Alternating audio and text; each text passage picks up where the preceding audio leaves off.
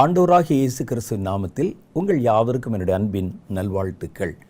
நம்ம புதிதாக துவங்கியிருக்கும் வார்த்தையின் வெளிச்சம் என்ற இந்த நிகழ்ச்சி உங்கள் யாவருக்கும் அதிக பயனுள்ளதாக இருந்திருக்கிறது என்று நீங்கள் அனுப்புகிற கடிதங்கள் மூலமாக, நீங்கள் எங்களோடு தொலைபேசிகளிலே தொடர்பு கொண்டு சொல்லும் வார்த்தைகள் மூலமாக நாங்கள் அறிந்திருக்கிறோம். இதெல்லாவற்றையும் நமக்கு பயனுள்ளதாக மாற்றித் தருகிறவர் ஆவியானவர் தான். இந்த நிகழ்ச்சியில் நீங்கள் கேட்க தவறின சில வருடங்களுக்கு முன்பாக சொல்லப்பட்ட வார்த்தைகள் மறுபடியும் இந்த பொது வெளியிலே யூடியூப் வழியாக உங்கள் கைகளிலே கிடக்கிறது.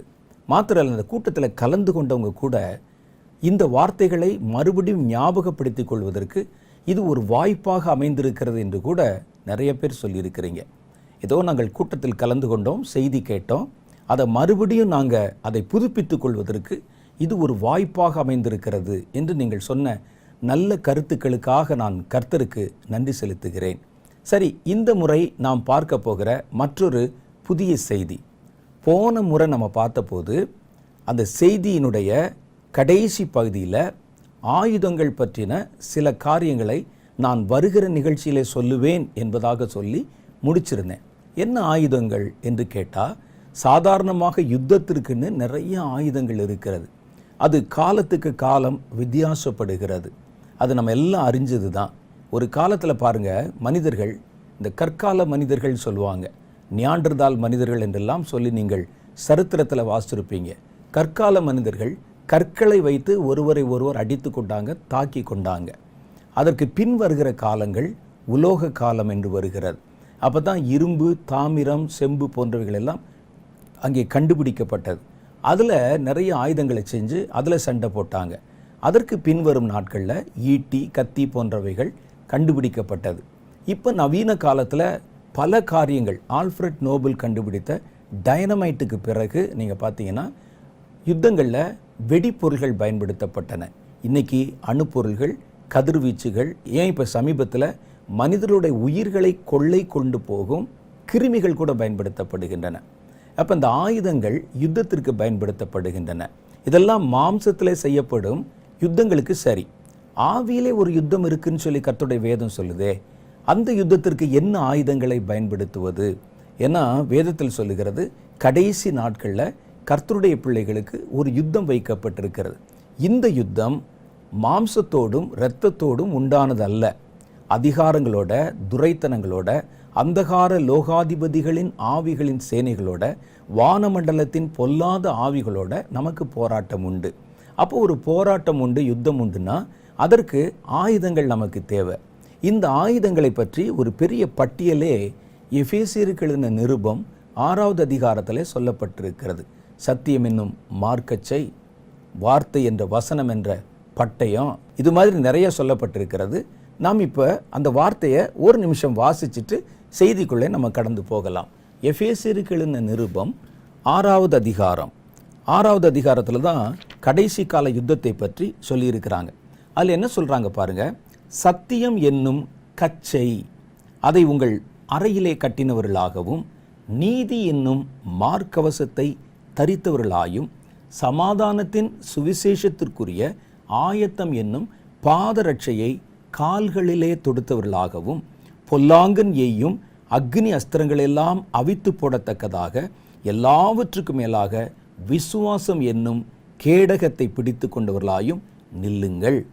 இரட்சண்யம் என்னும் தலைச்சீரா, வேத வசனமாகிய ஆவியின் பட்டயத்தையும் எடுத்துக்கொள்ளுங்கள். இப்போ பாருங்கள், ஒரு பெரிய ஆயுதங்களுடைய பட்டியலை அவர் சொல்லுகிறார். இதெல்லாம் வெளி பார்வைக்கு பார்த்தா ஆயுதம் மாதிரியே தெரியல. சத்தியம் என்றால் நமக்கு என்னன்னு தெரியும். அப்புறம் வசனம் என்றால் என்னன்னு நமக்கு தெரியும். இரட்சண்யம் என்றால் என்னன்னு நமக்கு தெரியும். சுவிசேஷம் என்றால் என்னன்னு நமக்கு தெரியும். ஆனால் இவைகளை எப்படி ஆயுதமாக பயன்படுத்துவது? இதை பயன்படுத்தி எப்படி சாத்தானை ஜெயிப்பது? சத்தியம் என்றால் சொல்லப்படுகிற வார்த்தை தானே, உண்மை தானே. இதை எப்படி நம்ம ஆயுதமாய் பயன்படுத்துவது? அதை குறித்த ஒரு செய்தி தான் இனி வரக்கூடிய ஒரு செய்தி. இந்த செய்தியை நுணுக்கமாக கவனித்து கேளுங்க. வேதத்தில் சொல்லப்பட்டிருக்கும் நற்பண்புகள் போல காணப்படும் இவைகள் எல்லாம் இன்னொரு பக்கத்தில் ஆயுதங்களாக, கூர்முனையை கொண்டிருக்கிற ஆயுதங்களாக பயன்படுத்தப்படுகிறது. இதில் சொல்லப்பட்டிருக்கிற பட்டியலில் சிலது நம்மை பாதுகாத்து கொள்ளவும், யுத்தத்தில் சிலது எதிராளியோட யுத்தம் பண்ணவும் பயன்படுத்தக்கூடிய ஆயுதங்களாக காட்டப்பட்டிருக்கிறது. இதை குறித்த ஒரு விளக்கமான செய்தி தான் பின்னால் வருது. இந்த செய்தியும் கூட நாம் ஏற்கனவே சொன்ன மாதிரி பெங்களூர் பட்டணத்தில் 2019 வருஷத்தில் நடைபெற்ற மெகிதோ கூட்டங்களில் சிறப்பாக கொடுக்கப்பட்ட ஒரு செய்தி. மெகிதோ கூட்டங்கள் இனி வருகிற கடைசி காலத்தில் எழும்ப போகிற யுத்த வீரர்களை கடைசி கால ஆவிக்குரிய யுத்தத்திற்காக ஆயத்தப்படுத்துவதற்கு கர்த்தர் நமக்கு கொடுத்த ஒரு தரிசனத்தின் அடிப்படையில் நடத்தப்படுகிற கூட்டங்கள். இந்த கூட்டத்திலையும் என் கூட சேர்ந்து நான் பேசுகிற வார்த்தைகளை கன்னட மொழியிலே மொழி திருப்பம் பண்ணுவதற்கு பாஸ்டர் சந்திரமௌலி கூட இருக்கிறாங்க. ஏற்கனவே நான் சொன்ன மாதிரி கர்த்தருடைய ஒரு சபையில் உதவி போதகராக இருந்து யூத் மினிஸ்ட்ரி செய்து கொண்டிருக்கிறாங்க. நல்ல வேத வசன அறிவும் ஆத்ம பாரமும் நிறைந்தவர். பரிசுத்த ஆவியானவர் கடைசி காலங்களில் வல்லமையாக எழுப்பி பயன்படுத்துகிற ஒரு தேவதாசன். ஏன் இதெல்லாம் நான் உங்களுக்கு சொல்கிறேன்னா, அதை பார்க்கும்போது பார்த்துட்டு நீங்கள் விட்டுறக்கூடாது. என்னையும் உங்களுக்கு தெரியும், நீங்கள் ஜெபிப்பீங்க. ஊழியத்தில் தொடர்பு கொள்கிற பங்கு பெறுகிற மற்றவர்களையும் அறிந்து கொண்டு நீங்கள் அவங்களுக்காக ஜெபிக்கணும். இந்த கூட்டங்களை ஒழுங்கு செய்தவர்கள் பெங்களூரில் இருக்கக்கூடிய நம்முடைய இயேசுவின் துனி மீடியா குழுவினர். ஒரு ஏறத்தாழ 9-10 வருஷமாக தொடர்ந்து இந்த கூட்டங்களை நடத்தி கொண்டிருக்கிறார்கள். சமீபத்தில் இந்த கொரோனா போன்ற பேண்டமிக் வந்ததுனால தான் இந்த கூட்டங்கள் கொஞ்ச நாட்கள் நிறுத்தி வைக்கப்பட்டிருக்கிறது. தொடர்ந்து இது மறுபடியும் நடக்கணும். அதையும் உங்களுடைய ஜெபத்தில் நீங்கள் வைத்து தொடர்ந்து ஜெபிக்க அன்பாக கேட்டுக்கொள்கிறேன். வாங்க இப்போ நம்ம நிகழ்ச்சிக்குள்ளே போகலாம். அந்த செய்திகள் என்ன சொல்லுகிறது என்பதை கவனித்து கேட்கலாம். ஜெபத்தோடு கேளுங்க. கர்த்தர் இந்த வார்த்தைகள் மூலம் உங்களோட கண்டிப்பாய் பேசுவார்.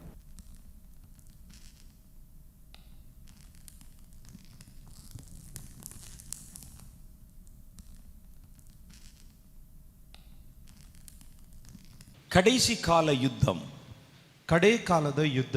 கடைசி கால யுத்தம் என்பது சாத்தானுக்கும் தேவனுக்கும் இடையில் நடக்க போகிற யுத்தம். ಕಡೆ ಕಾಲದ ಯುದ್ಧ ಎನ್ನುವುದು ಸೈತಾನನ ಮತ್ತು ದೇವರ ವಿರುದ್ಧವಾಗಿ ನಡೆಯುವ ಯುದ್ಧ. அதில் மனிதர்களாகிய நமக்கும் ஒரு பங்கு இருக்கிறது. ಅದರಲ್ಲಿ ಮನುಷ್ಯರಾದಂತ ನಮಗೂ ಒಂದು ಪಾಲುಗಾರಿಕೆ. அவரவருடைய நிலைமைக்கு ஏற்றபடி ஏதோ ஒரு அணியிலே நாம் அந்த யுத்தத்தில் பங்கு பெற்றுத்தான் ஆக வேண்டும். ಅವರವರ ಒಂದು ಸ್ಥಾನಕ್ಕೆ ತಕ್ಕಂತೆ ಯಾವುದಾದ್ರೂ ಒಂದು ವಿಭಾಗದಲ್ಲಿ ಪ್ರತಿಯೊಬ್ಬರು ಯುದ್ಧ ಮಾಡಲೇಬೇಕು. தேவனுடைய சேனையில் நிற்க போகிற யுத்த வீரர்களை கர்த்தர் இப்பொழுதிருந்தே ஆயத்தப்படுத்துகிறார். ದೇವರ ಸೈನ್ಯದಲ್ಲಿ ನಿಲ್ಲಲಿಕ್ಕೆ ಹೋಗುವಂತ ಯುದ್ಧ ವೀರರನ್ನ ದೇವರು ಈಗಲೇ ಸಿದ್ಧಪಡಿಸ್ತಾ ಇದ್ದಾರೆ. நமக்கு கர்த்தர் நியமித்திருக்கிற யுத்தம் இப்பொழுதே ஆரம்பித்து விட்டது. ದೇವರು ನಮಗಾಗಿ ನೇಮಿಸಿದಂತ ಯುದ್ಧ ಆಗಲೇ ಆರಂಭಿಸಲ್ಪಟ್ಟಿದೆ. அதை எப்படி செய்ய வேண்டும் என்கிற யுத்த கலையை கர்த்தர் நமக்கு கற்றுக் கொடுத்து கொண்டு வருகிறார். ಅದನ್ನು ಯಾವ ರೀತಿ ಮಾಡಬೇಕು ಎಂಬುವಂತ ಒಂದು ಯುದ್ಧದ ಕಲೆಯನ್ನ ದೇವರು ನಮಗೆ ಕಲಿಸುತ್ತಾ ಬರುತ್ತಾ ಇದ್ದಾನೆ. ஏனென்றால் இந்த யுத்தம் என்பது மனிதர்களோடு நம்ம செய்கிற யுத்தம் அல்ல. ಕಾರಣ ಈ ಯುದ್ಧ ಎನ್ನುವುದು ಮನುಷ್ಯರೊಟ್ಟಿಗೆ ಮಾಡುವ ಯುದ್ಧವಲ್ಲ. இதுவரைக்கும் செய்யப்பட்டு அல்லது நீங்கள் அறிந்து கேள்விப்பட்டிருக்கிற யுத்தத்தை போன்றது அல்ல. ಇದುವರೆಗೂ ನೀವು ಕೇಳಲ್ಪಟ್ಟಂತ ತಿಳಿಯಲ್ಪಟ್ಟಂತ ರೀತಿಯುಳ್ಳಂತ ಒಂದು ಯುದ್ಧವಲ್ಲ. இது ஒரு ஆவிக்குரிய யுத்தம். ಇದು ಒಂದು ಆತ್ಮೀಕವಾದ ಯುದ್ಧ. மாம்சத்தோடும் இரத்தத்தோடும் நமக்கு யுத்தம் அல்ல. ಮನುಷ್ಯ ಮಾತ್ರದವರ ಸಂಗಡವಾಗಿ ಅಲ್ಲ ನಮಗೆ ಯುದ್ಧ. ಅಂಧಕಾರ ಲೋಕಾಧಿಪತಿகளின் ஆவிகளோட நமக்கு யுத்தம் இருக்கிறது. ಈಗ ಅಂತಕಾರದ ಲೋಕಾಧಿಪತಿಗಳ ವಿರುದ್ಧವಾಗಿ ನಮಗೆ ಯುದ್ಧವುಂಟು. இந்த பிரபஞ்சத்தின் ஆவிகளோட நமக்கு யுத்தம் இருக்கிறது. ಈ ಪ್ರಪಂಚದ ಅಧಿಪತಿಗಳ ಸಂಗಡ ನಮಗೆ ಯುದ್ಧವುಂಟು. வானமண்டலத்தின் பொல்லாத ஆவிகளின் சேனைகளோடு நமக்கு யுத்தம் இருக்கிறது. ಆಕಾಶ ಮಂಡಲದಲ್ಲಿರುವಂತ ದುರಾತ್ಮನ ಸೈನ್ಯಗಳ ವಿರುದ್ಧವಾಗಿ ನಮಗೆ ಯುದ್ಧವುಂಟು. நாம் மாம்சத்தில் இருக்கிறோம். ನಾವು ಮಾಂಸದಲ್ಲಿ ಶರೀರದಲ್ಲಿ சண்டை போட வேண்டிய எதிரி ஆவியாய் இருக்கிறான். ಈಗ ಯುದ್ಧ ಮಾಡಬೇಕಾದ ವಿರೋಧಿ ಆತ್ಮ ಸ್ವರೂಪನು. ஆகவே இந்த யுத்தம் என்பது வித்தியாசமாய் செயல்படுத்த வேண்டியது. ಹಾಗಾದ್ರೆ ಈ ಯುದ್ಧ ಎನ್ನುವುದು ವ್ಯತ್ಯಾಸಕರವಾಗಿ ಮಾಡಬೇಕು. மாம்சத்தில் பயன்படுத்துகிற எந்த ஆயுதத்தையும் நீங்கள் எடுத்து பயன்படுத்த முடியாது. ಶರೀರಕ್ಕೆ ಅನುಸಾರವಾಗಿ ಉಪಯೋಗಿಸುವ ಯಾವ ಆಯುಧಗಳನ್ನು ತೆಗೆದುಕೊಂಡು ನೀವು ಉಪಯೋಗಿಸಲಿಕ್ಕಾಗಲ್ಲ.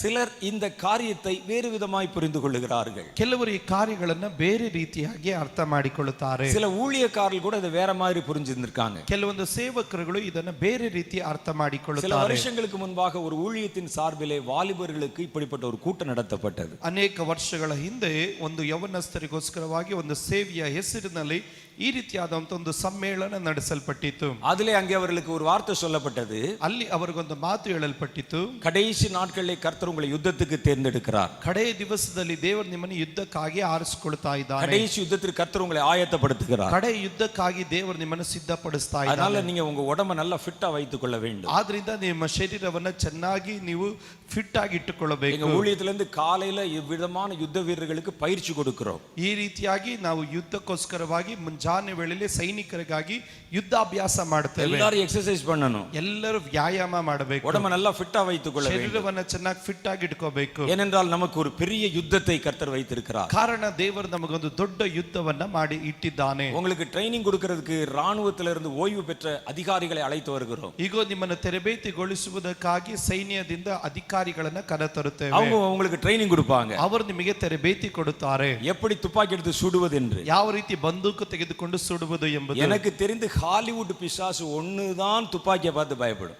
ನನಗೆ ತಿಳಿದ ಪ್ರಕಾರ ಹಾಲಿವುಡ್ಡಿನ ಸೈತಾನನೊಬ್ಬನೇ ಆತನ ಬಂದೂಕನ್ನು ಕಂಡು ಭಯಪಡುವುದು. ஹாலிவுட் சினிமாக்கள்ல வர்ற பிசாசை துப்பாக்கி வச்சு சுட்டுட்டு இருப்பான் கதாநாயகன். ಈಗ ಹಾಲಿವುಡ್ ನಲ್ಲಿ ಚಲನಚಿತ್ರಗಳಲ್ಲಿ ಬರುವಂತ ದೆವ್ವಗಳನ್ನ ನಟನು ಆತನ ಅದನ್ನು ಬಂದೂಕಿಟ್ಟು ಸುಡುತ್ತಾ நம்ம சண்டை போட வேண்டிய பிசாசு ஒரிಜಿನಲ್ பிசாசு. ನಾವು ಯುದ್ಧ ಮಾಡಬೇಕಾದ ಸೈತಾನನು ನಿಜವಾದಂತ ಸೈತಾನನು. இதுக்கு ராணுவ அதிகாரிகள் வந்து உங்களுக்கு ட்ரைனிங் கொடுக்க முடியாது. ಇದಕ್ಕೆ ಸೈನ್ಯದ ಅಧಿಕಾರಿಗಳು ಬಂದು ನಿಮಗೆ ತರಬೇತಿ ಕೊಡಕ್ಕಾಗಲ್ಲ. யுத்தம் சொன்னவனே அதை தப்பா புரிந்து கொள்கிறார்கள். ಯುದ್ಧ ಎನ್ನುವುದಾದ್ರೆ ತಪ್ಪಾಗಿ ಊಹಿಸಿಕೊಳ್ಳುತ್ತಾರೆ. இது நம்ம மாம்சத்தில் செய்கிற யுத்தம் அல்ல. ಇದು ನಾವು ಶರೀರದ ಅನುಸಾರವಾಗಿ ಮಾಡೋ ಯುದ್ಧವಲ್ಲ. பிசாசோட மாம்சத்துல நம்ம சண்டை போட்டு யுத்தம் செய்யணும்னா ಆ ರೀತಿ ಶಾರೀರಿಕವಾಗಿ ನಾವು ಸೈತಾನನ ವಿರುದ್ಧವಾಗಿ ಯುದ್ಧ ಮಾಡಬೇಕಾದ್ರೆ என்னை மாதிரி ஆள்லாம் என்னதான் செய்வது? ನನ್ನ ರೀತಿಯುಳ್ಳಂತ ವ್ಯಕ್ತಿ ಏನ್ ಮಾಡ್ತಾರೆ?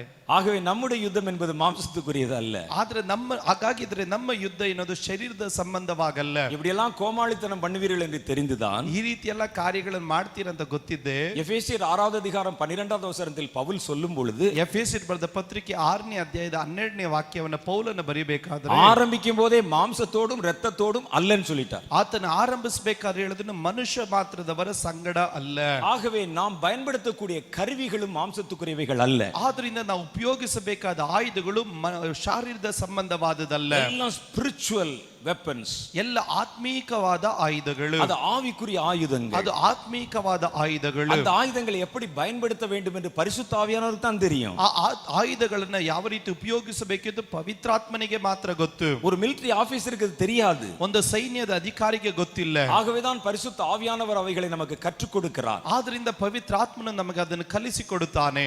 அவைகளை எப்படி பயன்படுத்த வேண்டும் என்கிற பயன்பாட்டு முறைகளை சொல்லித் தருகிறார். ಅವುಗಳನ್ನು ಯಾವ ರೀತಿ ಉಪಯೋಗಿಸಬೇಕೆಂದು ಉಪಯೋಗಿಸುವಂತ ವಿಧಾನಗಳನ್ನು ಹೇಳಿಕೊಡುತ್ತಾನೆ. எபேசியர் 6வது அதிகாரத்துல பாருங்க. ಎಫೆಸಿಯ 6ನೇ ಅಧ್ಯಾಯದಲ್ಲಿ ನೋಡ್ರಿ. அங்கே சில ஆயுதங்களை பற்றி சொல்லி அங்கே சொல்லப்பட்டிருக்கிறது. ಅಲ್ಲಿ ಕೆಲ ಆಯುಧಗಳ ಕುರಿತಾಗಿ ಹೇಳಲ್ಪಟ್ಟಿದೆ. அவர் அங்கே சொல்லுகிறார், ಅಲ್ಲಿ ಹೇಳಲ್ಪಡುತ್ತಾ ಇದೆ, மாம்சத்தோடும் இரத்தத்தோடும் அல்ல, ಮನುಷ್ಯ ಮಾತ್ರದವರ ಸಂಗಡವಾಗಲ್ಲ, அதிகாரங்களோடும் துரைத்தனங்களோடும் அந்தகார லோகாதிபதிகளின் ஆவிகளின் சேனைகளோடும் வானமண்டலத்தில் உள்ள பொல்லாத ஆவிகளின் சேனைகளோடும் நமக்கு போராட்டம் உண்டு. ರಾಜತ್ವಗಳ ಮೇಲೆಯೂ ಅಧಿಕಾರಗಳ ಮೇಲೆಯೂ ಈ ಅಂತಕಾರದ ಲೋಕಾಧಿಪತಿಗಳ ಮೇಲೆಯೂ ಆಕಾಶ ಮಂಡಲದಲ್ಲಿರುವಂತಹ ದುರಾತ್ಮನ ಸೈನ್ಯಗಳ ವಿರುದ್ಧವಾಗಿ ನಾವು ಹೋರಾಡುವವರಾಗಿದ್ದೇವೆ. ஆகையால் தீங்கு நாளில் அவைகளை நீங்கள் எதிர்க்கவும் சகலத்தையும் செய்து முடித்தவர்களாய் நிற்கவும் திராணி உள்ளவர்களாகும்படி தேவனுடைய சர்வாயுத வர்க்கத்தை எடுத்துக்கொள்ளுங்கள். ಆದುದರಿಂದ ಕಠಿಣ ಯುದ್ಧವು ನಡೆಯುವ ದಿವಸದಲ್ಲಿ ಆ ವೈರಿಗಳನ್ನು ಎದುರಿಸುವುದಕ್ಕೂ ಮಾಡಬೇಕಾದದ್ದೆಲ್ಲವನ್ನ ಮಾಡಿ ಜಯಶೀಲರಾಗಿ ನಿಲ್ಲುವುದಕ್ಕೂ ಶಕ್ತರಾಗುವಂತೆ ದೇವರು ದಯಪಾಲಿಸುವ ಸರ್ವಾಯುಧಗಳನ್ನು ಧರಿಸಿಕೊಳ್ಳಿರಿ. தேவன் உங்களுக்கு வைத்திருக்கிற அவருடைய ஆயுதங்களை எடுத்துக்கொள்ளுங்கள். ದೇವರು ನಿಮಗಾಗಿ ಇಟ್ಟಂತ ಆಯುಧಗಳನ್ನು ತೆಗೆದುಕೊಳ್ಳ್ರಿ. சரி, என்னென்ன ஆயுதம் என்று நம்ம கேட்கிறோம். ಏನೆಲ್ಲ ಆಯುಧಗಳು ಎಂಬುದಾಗಿ அவர் ನಾವು சொல்றாரு, ಕೇಳುತ್ತೇವೆ. சத்தியம் என்னும் கச்சையை உங்கள் அறையிலே கட்டுங்கள். ಆತನು ಹೇಳ್ತಾ ಇದ್ದಾನೆ, ಸತ್ಯವೆಂಬ ನಡುಕಟ್ಟನ್ನು ಕಟ್ಟಿಕೊಳ್ಳಿರಿ. சரி, இப்ப பதில் சொல்லுங்க, சத்தியத்தை எப்படி எடுத்து அறையில கட்டுறது? ಯಾವ ರೀತಿಯಲ್ಲಿ ಸತ್ಯವನ್ನ ತೆಗೆದುಕೊಂಡು ನಡುಕಟ್ಟಾಗಿ ಕಟ್ಟಿಕೊಳ್ಳೋದು? நமக்கு தெரிந்த சத்தியம் வந்து பைபிள் தான். ನಮಗೆ ಗೊತ್ತಿರುವಂತ ಸತ್ಯ ಅನ್ನೋದು ಸತ್ಯವೇದ. வேற என்னென்ன சத்தியம் தெரியும்? ಬೇರೆ ಯಾವ ಸತ್ಯ ಗೊತ್ತು? சத்யா ஏஜென்சிஸ் தெரியும், ಸತ್ಯ ಏಜೆನ್ಸಿ ಗೊತ್ತು, சத்தியம் டிவி தெரியும், ಸತ್ಯಂ ಟಿವಿ ಗೊತ್ತು, சத்தியம் பண்ண தெரியும். ಸತ್ಯ ಮಾಡೋದು ಗೊತ್ತು. இதுல எதை எடுத்து இடுப்புல கட்டுறது? ಇದನ್ನ ಯಾವ್ದನ್ನು ತೆಗೆದುಕೊಂಡು ನಡುಕಟ್ಟು ಮಾಡಿಕೊಳ್ಳೋದು? ஆளுக்கு ஒரு பைபிள் வாங்கி இடுப்புல கட்டலாமா? ಆ ಬೈಬಲ್ ತಗೊಂಡು ಕಟ್ಟಬೇಕಾ? ஏன்னா சில ஊழியக்காரன் செஞ்சாலும் செய்வான். ಕೆಲ ಸೇವಕರುಗಳು ಅದನ್ನ ಮಾಡಿದ್ರು ಮಾಡಿಬಿಡ್ತಾರೆ. மிலிಟರಿ ஆபீசர்ஸை கூப்பிட்டு உங்களுக்கு ட்ரைனிங் கொடுக்குறாள், இதை செய்ய மாட்டாங்களா? ಕಾರಣ ಒಂದು ಮಿಲಿಟರಿ ಅಧಿಕಾರಿಯನ್ನು ಕರೆದು ನಿಮಗೊಂದು ತರಬೇತಿ ಕೊಡ್ತಾರೆ ಅಂದ್ರೆ ಇದು ಮಾಡೋದು. சொல்ற ஆயுதத்தை பாருங்க, சத்தியம். ಅವ್ರು ಹೇಳ್ತಿರುವ ಆಯುಧಗಳು ನೋಡ್ರಿ, ಸತ್ಯ. நமக்கு இதுவரைக்கும் சத்தியம் என்று தெரிந்தது ட்ரூத், உண்மை. ಈಗ ನಮಗೆ ಸತ್ಯ ಎಂದು ತಿಳಿದಿರುವುದು ಸತ್ಯ ಮಾತ್ರವೇ. இதை ஒருவேளை மற்றவரிடத்தில் பேச பயன்படுத்தலாம், ಒಂದು ಪಕ್ಷ ಇದನ್ನು ಮತ್ತೊಬ್ಬರ ಬಳಿಯಲ್ಲಿ ಮಾತಾಡುವುದಕ್ಕೆ நம்முடைய ಉಪಯೋಗಿಸಬಹುದು, வாழ்க்கையில் கடைபிடிக்க பயன்படுத்தலாம். ನಮ್ಮ ಜೀವಿತವನ್ನ ಅದನ್ನು ಪಾಲಿಸುವುದಕ್ಕಾಗಿ ತೆಗೆದುಕೊಳ್ಳಬಹುದು. எப்படிங்க ஆயுதமாய் பயன்படுத்துவது? ಆದ್ರೆ ಇದನ್ನು ಯಾವ ರೀತಿಯ ಆಯುಧವಾಗಿ யாரை ತೆಗೆದುಕೊಳ್ಳುವುದು? எதிர்க்க? துரைத்தனங்களை எதிர்க்க, அதிகாரத்தை எதிர்க்க, அந்தகார லோகாதிபதி எதிர்க்க, வானமண்டல ஆவி எதிர்க்க. இது எப்படி பயன்படுத்துறது? ಯಾರನ್ನ ಎದುರಿಸುವುದಕ್ಕೆ? ರಾಜತ್ವಗಳನ್ನು ಎದುರಿಸುವುದಕ್ಕೆ, ಅಧಿಕಾರಗಳನ್ನು ಎದುರಿಸುವುದಕ್ಕೆ, ಅಂತಕಾರದ ಲೋಕಾಧಿಪತಿಗಳನ್ನು, ಆಕಾಶ ಮಂಡಲದಲ್ಲಿರುವಂತಹ ದುರಾತ್ಮಗಳನ್ನು ಎದುರಿಸುವುದಕ್ಕೆ ಹೇಗೆ ಇದನ್ನು ಉಪಯೋಗಿಸೋದು? அடுத்த ஆயுதத்தை பாருங்க. ಮುಂದಿನ ಆಯುಧವನ್ನು ನೋಡ್ರಿ. நீதி என்னும் மார்க்கவசம். ನೀತಿ ಎಂಬ ವಜ್ರ ಕವಚ. நீதி என்னும் மார்க்கவசத்தை அது மார்பில் அணிந்து கொள்ள வேண்டும். ನೀತಿ ಎಂಬ ವಜ್ರ ಕವಚವನ್ನ ನಿಮ್ಮ ಎದೆಗೆ ನೀವು ಧರಿಸಿಕೊಳ್ಳಬೇಕು. எப்படி? ಯಾವ ರೀತಿ? உங்களுக்கு ஏதாவது ஐடியா இருக்கா? ಅದ್ರ ಕುರಿತಾದ ಯಾವ್ದಾದ್ರು ಐಡಿಯಾ ಇದೆಯಾ? இது எப்படி அணிவது? நம்ம நிறைய முறை படிச்சிருக்கிறோம் அந்த வசனத்தை. ಈ ವಚನವನ್ನ ಅನೇಕ ಸಾರಿ ನಾವು ಓದಿದ್ದೇವೆ. நீதி என்றால் நமக்கு என்னன்னு தெரியும். ನೀತಿ ಅಂದ್ರೆ ನಮಗೆ ಏನಂತ ಗೊತ್ತು. என்னென்னலாம் ஞாபகம் வருகிறது? ಏನೆಲ್ಲ ನೆನಪಿಗೆ ಬರುತ್ತದೆ? நீதிமன்றம் ஞாபகத்துக்கு வருது. ನಮಗೆ ನೀತಿ ಮಂಡಳಿ ನಮಗೆ ನ್ಯಾಯಕ್ಕೆ நீதிபதி ஞாபகத்துக்கு வர்றாரு. ನೀತಿಪತಿ ನಮಗೆ ಚಿಂತೆಗೆ ಬರ್ತಾರೆ. வேற நமக்கு என்ன ஞாபகம் வருகிறது? கர்த்தர் நீதி உள்ளவர் ஞாபகம் வருது. ಕರ್ತನು ನೀತಿವಂತನು ಎಂಬ ಚಿಂತೆ ಬರುತ್ತದೆ. இந்த நீதி எடுத்து எப்படி மார்க்கவசமாய் அணிவது? ಈ ನೀತಿಯನ್ನು ತೆಗೆದುಕೊಂಡು ಯಾವ ರೀತಿ ವಜ್ರ ಕವಚವಾಗಿ ಧರಿಸಿಕೊಳ್ಳೋದು? ஏதாவது தெரிஞ்சா நீங்க சொல்லலாம். ಗೊತ್ತಿದ್ರೆ ಹೇಳ್ರಿ. சரி, மூன்றாவது பாருங்கள். ಮೂರನೇದಾಗಿ ನೋಡ್ರಿ. சமாதானத்தின் சுவிசேஷத்துக்குரிய ஆயத்தம் என்னும் பாதரட்சையை கால்களிலே தொடித்து. ಸಮಾಧಾನ ವಿಷಯವಾದ ಸುವಾರ್ತೆಯನ್ನು ತಿಳಿಸುವುದರಲ್ಲಿ ಸಿದ್ಧವನ್ ಮನಸ್ಸವೆಂಬ ಕೆರೆಗಳನ್ನು ಮೆಟ್ಟಿಕೊಂಡು ನಿಲ್ರಿ. ஆயத்தம் என்னும் பாதரட்சை, ಸಿದ್ಧವೆಂಬ ಕೆರೆಗಳು. சுவிசேஷத்தின் ஆயத்தம் என்னும் பாதரட்சை, ಸುವಾರ್ತೆಯ ಸೇವೆಯ ಸಿದ್ಧವೆಂಬ ಮನಸ್ಸಿನ ಕೆರೆಗಳು. இதை எப்படி பயன்படுத்துவது? ಇದು ಯಾವ ರೀತಿ ಉಪಯೋಗಿಸೋದು? செப்பல் மாதிரி போட்டுக்கணுமா கால்ல? ನಾವು ಚಪ್ಪಲಿನ ಹಾಗೆ ಧರಿಸಿಕೊಳ್ಳೋದು ಕಾಲಿಗೆ. அதுவும் நமக்கு புரியல. ಅದು ನಮ್ಗೆ ಅರ್ಥ ಆಗಲಿಲ್ಲ. பொல்லாங்கன் எய்யும் அக்னி அஸ்திரங்களை எல்லாம் அவித்து போடத்தக்கதாக எல்லாவற்றுக்கும் மேலாக விசுவாசம் என்னும் கேடகத்தை பிடித்து கொண்டு ನೀವು ಕೆಡಕನ ಅಗ್ನಿ ಬಾಣಗಳನ್ನೆಲ್ಲ ಆರಿಸುವುದಕ್ಕೂ ಶಕ್ತರಾಗುವಂತೆ. விசுவாசத்தை எப்படி கேடகமாக பிடிப்பது? ನೀವು ನಂಬಿಕೆಯನ್ನ ಯಾವ ರೀತಿಯಲ್ಲಿ ನೀವು ಗುರಾಣಿಯಾಗಿ ಹಿಡಿಯುವುದು? ಅದು ನಮಗೆ தெரியல. ಅದು ನಮಗೆ ಗೊತ್ತಿಲ್ಲ. ரட்சணியம் என்னும் தலைச்சீராவை அணிந்து கொண்டு, ರಕ್ಷಣೆ ಎಂಬ ಶಿರಸ್ತ್ರಾಣವನ್ನು ಧರಿಸಿಕೊಂಡು, ஆவியின் பட்டயத்தை எடுத்துக்கொண்டு, ನೀವು ಪವಿತ್ರಾತ್ಮನು ಕೊಡುವ ದೇವರ ವಾಕ್ಯ ಎಂಬ ಕತ್ತಿಯನ್ನು ತೆಗೆದುಕೊಂಡು இந்த சாத்தானை எதிர்க்கணுமா? ನೀವು ತೆಗೆದುಕೊಂಡು ಸೈತಾನನನ್ನ ವಿರೋಧಿಸಬೇಕು. இதுல சொல்லப்பட்டிருக்கிற எதுவுமே ಆಯುಧமாக நம்ம இதுவரைக்கும் பார்த்ததில்லை. ಇದನ್ನ ಇಲ್ಲಿ ಹೇಳಲ್ಪಡುವಂತ ಯಾವುದನ್ನ ನಾವು ಆಯುಧವಾಗಿ ಇದುವರೆಗೂ ನೋಡಲಿಲ್ಲ. இதுல என்னென்னலாம் சொல்லி இருக்கு பாருங்க. ಇದರಲ್ಲಿ ಏನೆಲ್ಲ ಹೇಳ್ತಾ ಇದ್ ನೋಡಿ. சத்தியம் சொல்லி இருக்கு, ಸತ್ಯ ಹೇಳ್ತಾ ಇದೆ, நீதி சொல்லி இருக்கு, ನೀತಿ ಕುರಿತಾಗಿ ಹೇಳ್ತಾ ಇದೆ, சுவிசேஷத்தின் ஆயத்தம், ಸುವಾರ್ತೆಯ ಸಿದ್ಧತೆ, விசுவாசம், ನಂಬಿಕೆ, ரட்சணியம், ರಕ್ಷಣೆ, தேவ வசனம். ದೇವರ ವಾಕ್ಯ. இது எதுவுமே நம்ம இதுவரைக்கும் ஆயுதமாக நம்ம பார்த்ததில்லை. ನಾವು ಇವುಗಳು ಯಾವುದನ್ನ ಇದುವರೆಗೂ ಆಯುಧವಾಗಿ ನೋಡಲಿಲ್ಲ. அப்ப இதை வச்சு நம்ம எப்படி சாத்தானை எதிர்ப்பது? ನಾವು ಇದನ್ನು ಇಟ್ಟುಕೊಂಡು ಯಾವ ರೀತಿಯ ಸೈತಾನನನ್ನು ಎದುರಿಸೋದು? இவைகளைத்தான் கர்த்தர் நமக்கு கற்றுக் கொடுக்கிறார். ಇವುಗಳನ್ನೇ ದೇವರು ನಮಗೆ ಕಲಿಸಿಕೊಡುತ್ತಾ ಇದ್ದಾನೆ. அதுக்குதான் பரிசுத்த ஆவியானவர் நம்ம கூட இருக்கிறார். ಅದಕ್ಕಾಗಿಯೇ ಪವಿತ್ರಾತ್ಮನು ನಮ್ಮ ಸಂಗಡ ಇದ್ದಾನೆ. தேவ வசனத்தை எப்படி எடுத்து ஒரு பட்டயமாக பயன்படுத்த வேண்டும், ದೇವರ ವಾಕ್ಯವನ್ನು ತೆಗೆದುಕೊಂಡು ಯಾವ ರೀತಿ ಒಂದು ಕತ್ತಿಯಾಗಿ ಉಪಯೋಗಿಸಬೇಕು, எப்படி சாத்தானை நம்ம எதிர்கொள்ள வேண்டும், ಯಾವ ರೀತಿ ಸೈತಾನನನ್ನು ಎದುರಿಸಬೇಕು. அப்படிதான் கர்த்தர் நமக்கு பல கலைகளை கற்றுக் கொடுத்து வருகிறார். ಆ ರೀತಿ ದೇವರು ನಮಗೆ ಅನೇಕ ವಿದ್ಯೆಗಳನ್ನ ಆತನು ಕಲಿಸಿಕೊಡ್ತಾ ಇದ್ದಾನೆ. கர்த்தர் இந்த நம்முடைய சமகாலத்துல, ದೇವರು ನಮ್ಮ ಈ ಕಾಲಘಟ್ಟದಲ್ಲಿ அவர் சாத்தானை எதிர்ப்பதற்கும் துரத்துவதற்கும் 3 கூட்டத்தை எழுப்ப போகிறார். ಆತನ ಸೈತಾನನನ್ನು ಓಡಿಸುವುದಕ್ಕೂ ಅಳಿಸುವುದಕ್ಕೂ 3 ಗುಂಪನ್ನೇ ಎಬ್ಬಿಸ್ತಾ ಇದ್ದಾನೆ. மொத்தமே இந்த 3 கூட்டம் தானான்னு கேட்டீங்கன்னா எனக்கு தெரியாது. ಎಲ್ಲ ಇರೋದು 3 ಗುಂಪೇನಾ ಅಂತ ಕೇಳಿದ್ರೆ ನನಗೆ ಗೊತ್ತಿಲ್ಲ. கர்த்தர் இப்ப எழுப்ப போகிறது இந்த 3 பேரு. ಕರ್ತನು ಈಗ ಎಬ್ಬಿಸ್ಲಿಕ್ಕೆ ಹೋಗೋದು ಈ 3 ಗುಂಪನ್ನ. கர்த்தர் இப்போது நமக்கு அறிமுகப்படுத்துவது 3 விதமான போர். ಕರ್ತನು ಈಗ ನಮಗೆ ಪರಿಚಯ ಪಡಿಸ್ತಾ ಇರೋದು 3 ರೀತಿಯಾದ ಯುದ್ಧಗಳು. இந்நாட்களில் இன்னும் கொஞ்சம் பேரை கர்த்தர் எழுப்பலாம். ಇನ್ನು ಮುಂದಿನ ದಿವಸಗಳಲ್ಲಿ ಇನ್ನ ಸ್ವಲ್ಪ ಜನರನ್ನು ಎಬ್ಬಿಸಬಹುದು. ஆனா கர்த்தர் இப்போ நமக்கு சொல்வது, ಆದ್ರೆ ಕರ್ತನು ಈಗ ನಮಗೆ ಹೇಳುವುದು, இறங்கி வந்திருக்கிற பொல்லாத சாத்தானின் சேனையை துரத்துவதற்கு, ಇಳಿದು ಬಂದಿರುವಂತ ಸೈತಾನನ ಆ ದುರಾತ್ಮಗಳನ್ನು ಓಡಿಸುವುದಕ್ಕೆ ஜெபத்தை ஆயுதமாய் பயன்படுத்துங்கள். ಪ್ರಾರ್ಥನೆಯನ್ನ ಆಯುಧವಾಗಿ ಉಪಯೋಗಿಸಿರಿ. அதை ஜெபிக்கிற ஜெப வீரர் தான் பயன்படுத்த முடியும். ಪ್ರಾರ್ಥಿಸುವಂತ ಪ್ರಾರ್ಥನೆಯ ವೀರರು ಮಾತ್ರನೇ ಅದನ್ನು ಉಪಯೋಗಿಸಲಿಕ್ಕೆ ಸಾಧ್ಯ. அந்த ஜெபத்துக்குன்னு ஸ்பெஷலிஸ்ட் இருப்பாங்க பாருங்க. ಈಗ ಪ್ರಾರ್ಥನೆಗಾಗಿ ಒಂದು ವಿಶೇಷವಾದ ವ್ಯಕ್ತಿಗಳು ಇರ್ತಾರಲ್ಲ, அவங்க தான் ஜெபத்தை ஆயுதமாய் பயன்படுத்த முடியும். ಅವರು ಮಾತ್ರನೇ ಪ್ರಾರ್ಥನೆಯಲ್ಲಿ ಪ್ರಾರ್ಥನೆಯನ್ನ ಆಯುಧವಾಗಿ ಉಪಯೋಗಿಸಲಿಕ್ಕೆ ಸಾಧ್ಯ. எல்லாருமே ஜெபிக்கிறவங்க தான். ಎಲ್ಲರೂ ಪ್ರಾರ್ಥಿಸುವವರೇ. எல்லா கிறிஸ்தவர்களும் ஜெபிக்கிறவர்கள் தான். ಎಲ್ಲ ಕ್ರೈಸ್ತರು ಪ್ರಾರ್ಥಿಸುವವರೇ. நம்ம வெவ்வேறு விதமான ஜெபங்களை ஜெபிக்கிறோம். ಆದ್ರೆ ವಿವಿಧ ರೀತಿಯ ಉಳ್ಳಂತ ಪ್ರಾರ್ಥನೆಗಳನ್ನ ಮಾಡ್ತೀವಿ. ஆனால் இவர்கள் ಆದ್ರೆ ಇವರು ஜெபத்தையே ஆயுதமாய் பயன்படுத்த தெரிந்தவர்கள். ಅವರು ಪ್ರಾರ್ಥನೆಯನ್ನೇ ಆಯುಧವಾಗಿ ಉಪಯೋಗಿಸುವುದಕ್ಕೆ ತಿಳಿದವರು. ஆயுதமாய் பயன்படுத்த வேண்டிய ஜெபத்தை கர்த்தர் இவர்கள் கைகளிலே தந்திருக்கிறார். ಆಯುಧವಾಗಿ ಉಪಯೋಗಿಸಬೇಕಾಗಿರುವ ಪ್ರಾರ್ಥನೆಯನ್ನ ದೇವರು ಅವರ ಕೈಗಳಲ್ಲಿ ಕೊಟ್ಟಿದ್ದಾನೆ. இவர்கள் ஜெபத்தினாலே பிசாசை துரத்துகிறார்கள். ಇವರು ಪ್ರಾರ್ಥನೆಯಿಂದ ಸೈತಾನನನ್ನು ಓಡಿಸುತ್ತಾರೆ. அந்த ஜெபம் வித்தியாசமான ஜெபம். ಆ ಪ್ರಾರ್ಥನೆ ವ್ಯತ್ಯಾಸಕರವಾದ அது ಪ್ರಾರ್ಥನೆ. சாத்தானுக்கு கட்டளை கொடுக்கும் ஜெபம். ಅದು ಸೈತಾನನಿಗೆ ಆಜ್ಞೆ ಕೊಡುವ ಪ್ರಾರ್ಥನೆ. சாத்தானை துரத்தும் ஜெபம். ಅದು ಸೈತಾನನನ್ನು ಓಡಿಸುವ ಪ್ರಾರ್ಥನೆ. ஜெபத்துல எத்தனையோ டைப் இருக்குது. ಪ್ರಾರ್ಥನೆಯ ಅನೇಕ ಬಗೆಗಳುಂಟು. கர்த்தரிடத்துல ஒரு காரியத்தை வேண்டிக் கொள்ளுகிற ஜெபம் இருக்கு. ಕರ್ತನ ಬಳಿಯಲ್ಲಿ ಒಂದು ವಿಷಯಕ್ಕಾಗಿ ಮೊರೆ ಇಡುವಂತ ಪ್ರಾರ್ಥನೆ ಉಂಟು. அந்த ஜெபம் எப்படி பண்ணுவாங்க? ಆ ಪ್ರಾರ್ಥನೆ ಯಾವ ರೀತಿ ஆண்டவரே ಮಾಡ್ತಾರೆ? நான் அடிக்கப்படுகிறேன். ದೇವರೇ ನಾನು ಒಡೆಯಲ್ಪಡ್ತಾ ஆண்டவரே ಇದ್ದೇನೆ. நான் துன்புறுத்தப்படுகிறேன். ದೇವರೇ ನಿಂದೆ ಗುರಿ ಆಗ್ತಾ என் ಇದ್ದೇನೆ. கடன் பிரச்சனை அதிகமா இருக்குது. ನನ್ನ ಸಾಲದ ಹೊರೆ ಜಾಸ್ತಿ ಇದೆ. பேங்க்ல வாங்கியிருக்கிற லோன் என்னை பயமுறுத்துகிறது. ಬ್ಯಾಂಕ್ ಅಲ್ಲಿ ತೆಗೆದುಕೊಂಡ ಲೋನ್ ನನ್ನನ್ನು ಭಯಪಡಿಸ್ತಾ ಇದೆ. எப்படியெல்லாம் இதெல்லாம் சரியா போக எனக்கு உதவி செய்யும் ஆண்டவரே. ದೇವರೇ ಇದನ್ನೆಲ್ಲ ಸರಿ ಮಾಡೋದಕ್ಕೆ ಸಹಾಯ ಮಾಡಪ್ಪ.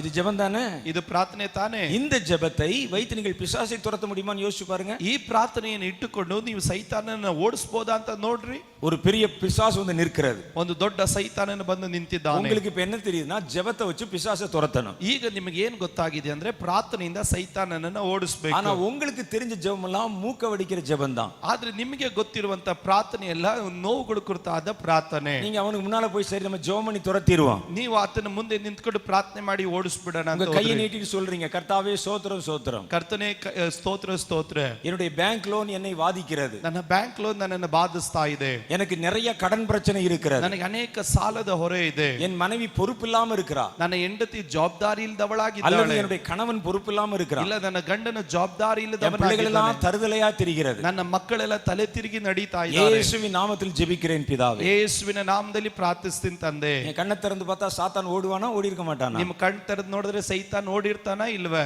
சொல்லுங்க என்ன நடக்கும்? எனக்கு தெரிஞ்சு சாத்தான் எப்போ ஓடி இருப்பான். ನನಗೆ ತಿಳಿದ ஏன்னா ಮಟ್ಟಿಗೆ விட்டா இவன் நம்மட்டே கடன் கேட்டால் கேட்டுருவான். ಅವ್ನು ಯಾವಾಗ್ಲೂ ಓಡಿರ್ತಾನೆ ಕಣೆ, ಬಿಟ್ರೆ ನನ್ನ ಹತ್ರನೇ ಸಾಲ ಕೇಳ್ತಾನೆ ಅಂತ ಓಡೋಗಿರ್ತಾನೆ. அப்ப இதற்கு பேரும் ஜெபம் தான். ಇದರ ಹೆಸರು ಪ್ರಾರ್ಥನೆ. ஆனா இது சாத்தானை துரத்துகிற ஜெபம் அல்ல. ಅದು ಸೈತಾನನನ್ನು ಓಡಿಸುವ ಪ್ರಾರ್ಥನೆ ಅಲ್ಲ. உங்கள் தேவைகளை தேவனிடத்தில் கேட்கிற ஜெபம் இது. ನಿಮ್ಮ ಅವಶ್ಯಕತೆಗಳು ದೇವರ ಬಳಿಯಲ್ಲಿ ಕೇಳುವ ಪ್ರಾರ್ಥನೆ. ஒரு சபையிலே நம்ம ஜெபம் நடத்துகிறோம். ಒಂದು ಸಭೆಯಲ್ಲಿ ಪ್ರಾರ್ಥನೆ ನಡೆಸ್ತೇವೆ. அது வருகிற சபையாரை ஆசீர்வதிக்கிற ஜெபம். ಅಲ್ಲಿ ಬರುವಂತ ಸಭೆಯ ವಿಶ್ವಾಸಿಗಳನ್ನ ಆಶೀರ್ವದಿಸುವ ಪ್ರಾರ್ಥನೆ. அதுக்கு பேரும் ஜெபம் தான். ಅದರ ಹೆಸರು ಪ್ರಾರ್ಥನೆನೇ. ஆண்டவரே இந்த ஜனங்களை ஆசீர்வதியும். ಕರ್ತನೇ ಈ ಜನರನ್ನ ಆಶೀರ್ವದಿಸು. அவர்கள் கட்டுகளில் இருந்து அவர்களை விடுதலை செய்யும். ಅವರ ಬಂಧನಗಳಿಂದ ನೀನು ಅವರನ್ನ என் ಬಿಡಿಸು. சபையை ஆசீர்வதியும். ಈ ಸಭೆಯನ್ನು ಆಶೀರ್ವದಿಸು. இது ஜெபம் தான். ಇದು ಪ್ರಾರ್ಥನೆನೇ. இந்த ஜெபத்தை வச்சு பிசாசை துரத்தி பாருங்க. ಈ ಪ್ರಾರ್ಥನೆಯಿಂದ ಸೈತಾನ ನೋಡಿಸ್ ನೋಡ್ರಿ. அந்த இடத்துல அந்த ஜெபம் சேரவில்லை. ಆ ಸ್ಥಳದಲ್ಲಿ ಆ ಪ್ರಾರ್ಥನೆ ಹೊಂದಾಣಿಕೆ ಆಗಲಿಲ್ಲ. பிசாசு முன்னாலே வந்து நிற்கிறான். ಸೈತಾನ ಮುಂದೆ ಬಂದು ನಿಲ್ತಾನೆ. நம்ம இங்க நின்று கொண்டு ஆசீர்வதித்து ஜெபம் பண்ணி கொண்டிருக்க முடியாது. ನಾವು ಅಲ್ಲಿ ನಿಂತುಕೊಂಡು ಆಶೀರ್ವಾದದ ಪ್ರಾರ್ಥನೆ ಮಾಡ್ಕೊಂಡಿರಕ್ಕಾಗಲ್ಲ. இன்னொரு ஜெபம் இருக்கிற கர்த்தரை துதித்து செய்கிற ஜெபம். ಇನ್ನೊಂದು ಪ್ರಾರ್ಥನೆ ಉಂಟು, ದೇವರನ್ನ ಕೃತಜ್ಞತಾ ಸ್ತುತಿಯಿಂದ ಪ್ರಾರ್ಥಿಸುವುದು. அதெல்லாம் பணிந்து குனிந்து முழங்கால் படிட்டு ஜெபம் பண்றது. ಅದನ್ನು ಚೆನ್ನಾಗಿ ಅಡ್ಡ ಬಿದ್ದು ಮೊಣಕಾಲು ಊರಿ ಪ್ರಾರ್ಥಿಸುವುದು. இதை கொண்டு சாத்தானுக்கு முன்னால அப்படி அப்ளை பண்ணி பாருங்க. ಇದನ್ನ ಸೈತಾನನ ಮುಂದೆ ಅದನ್ನು ಹೂಡಿ ನೋಡ್ರಿ. பிசாசு முன்னாலே வந்து நிற்கிறான். ಸೈತಾನನ ಮುಂದೆ ಬಂದು ನಿಲ್ತಾನೆ. நீங்க அப்படி முழங்கால் போட்டு அப்படியே ஸ்தோத்திரம் ஸ்தோத்திரம் ஸ்தோத்திரம் சொல்றீங்க. ನೀವು ಮೊಣಕಾಲು ಹಾಕಿ ಸ್ತೋತ್ರ ಸ್ತೋತ್ರ ಸ್ತೋತ್ರ ಅಂತ இது ಹೇಳ್ತೀರಿ. சாத்தானை துரத்துகிற ஜெபம் அல்ல என்று உங்களுக்கே தெரிகிறது. ಇದು ಸೈತಾನನ್ನು ಓಡಿಸುವ ಪ್ರಾರ್ಥನೆ ಅಲ್ಲ ಎಂದು ನಿಮಗೆ ಗೊತ್ತಾಗುತ್ತದೆ. ஜெபத்துல பல்வேறு விதமான ஜெபங்களை பயன்படுத்துகிறோம். ಪ್ರಾರ್ಥನೆಗಳಲ್ಲಿ ಅನೇಕ ಬಗೆಯ ಪ್ರಾರ್ಥನೆಗಳನ್ನ ಗಮನಿಸ್ತೇವೆ. சில பாரம்பரிய சபைகள்ல போனீங்கன்னா விதவிதமான ஜெபங்கள் ஜெபிப்பாங்க. ಕೆಲವೊಂದು ಪಾರಂಪರ್ಯ ಸಭೆಗಳಿಗೆ ಹೋದ್ರೆ ಅನೇಕ ರೀತಿಗಳಲ್ಲಿ ಪ್ರಾರ್ಥನೆ ಮಾಡ್ತಾರೆ. உயிர்த்தெழுந்த ஞாயிறுக்கு ஒரு ஜெபம் பண்ணுவாங்க. ಈಗ ಪುನರುತ್ಥಾನದ ಭಾನುವಾರಕ್ಕೊಂದು ಪ್ರಾರ್ಥನೆ. உயிர்த்தெழுந்த ஞாயிறுக்கு பின்வரும் ஞாயிறுக்கான சுருக்க ஜெபம் பண்ணுவாங்க. ಈಗ ಪುನರುತ್ಥಾನ ಹೊಂದಿದ ಭಾನುವಾರದ ಇಂದಿನ ಭಾನುವಾರಕ್ಕೆ ಒಂದು ಚಿಕ್ಕ இந்த ಪ್ರಾರ್ಥನೆ. சுருக்க ஜெபத்தை வச்சு எப்படி பிசாசை துரத்துறது? ಈ ಚಿಕ್ಕ ಪ್ರಾರ್ಥನೆ ಇಟ್ಕೊಂಡು ಹೇಗೆ ಸೈತಾನ ಓಡಿಸೋದು? அப்படியானால் ஜெபம் என்ற பெயர்ல வேறொரு ஜெபம் இருக்கிறது. ಹಾಗಾದ್ರೆ ಪ್ರಾರ್ಥನೆ ಎನ್ನುವಂತ ಹೆಸರಿನಲ್ಲಿ ಬೇರೊಂದು ಪ್ರಾರ್ಥನೆ ಇದೆ. பிசாசை துரத்துகிற ஒரு ஜெபம் இருக்கிறது. ಅದು ಸೈತಾನನನ್ನು ಓಡಿಸುವ ಒಂದು ಪ್ರಾರ್ಥನೆ ಇದೆ. அதை எடுத்து பயன்படுத்தணும். ಅದನ್ನು ತೆಗೆದುಕೊಂಡು ಉಪಯೋಗಿಸಬೇಕು. அப்ப ஜெபம் சொன்ன உடனே உங்களுக்கு தெரிந்த ஜெபம் அல்ல. ಹಾಗಾದ್ರೆ ಪ್ರಾರ್ಥನೆ ಅನ್ನೋದು ನಿಮಗೆ ಗೊತ್ತಿರುವ ಪ್ರಾರ್ಥನೆ ಅಲ್ಲ. சாத்தானை துரத்தும்படி பயன்படுத்துகிற ஆயுதமாகிய ஜெபம். ಈಗ ಸೈತಾನನನ್ನು ಓಡಿಸುವುದಕ್ಕುಳ್ಳಂತ ಆಯುಧವಾಗಿರುವ ಪ್ರಾರ್ಥನೆ.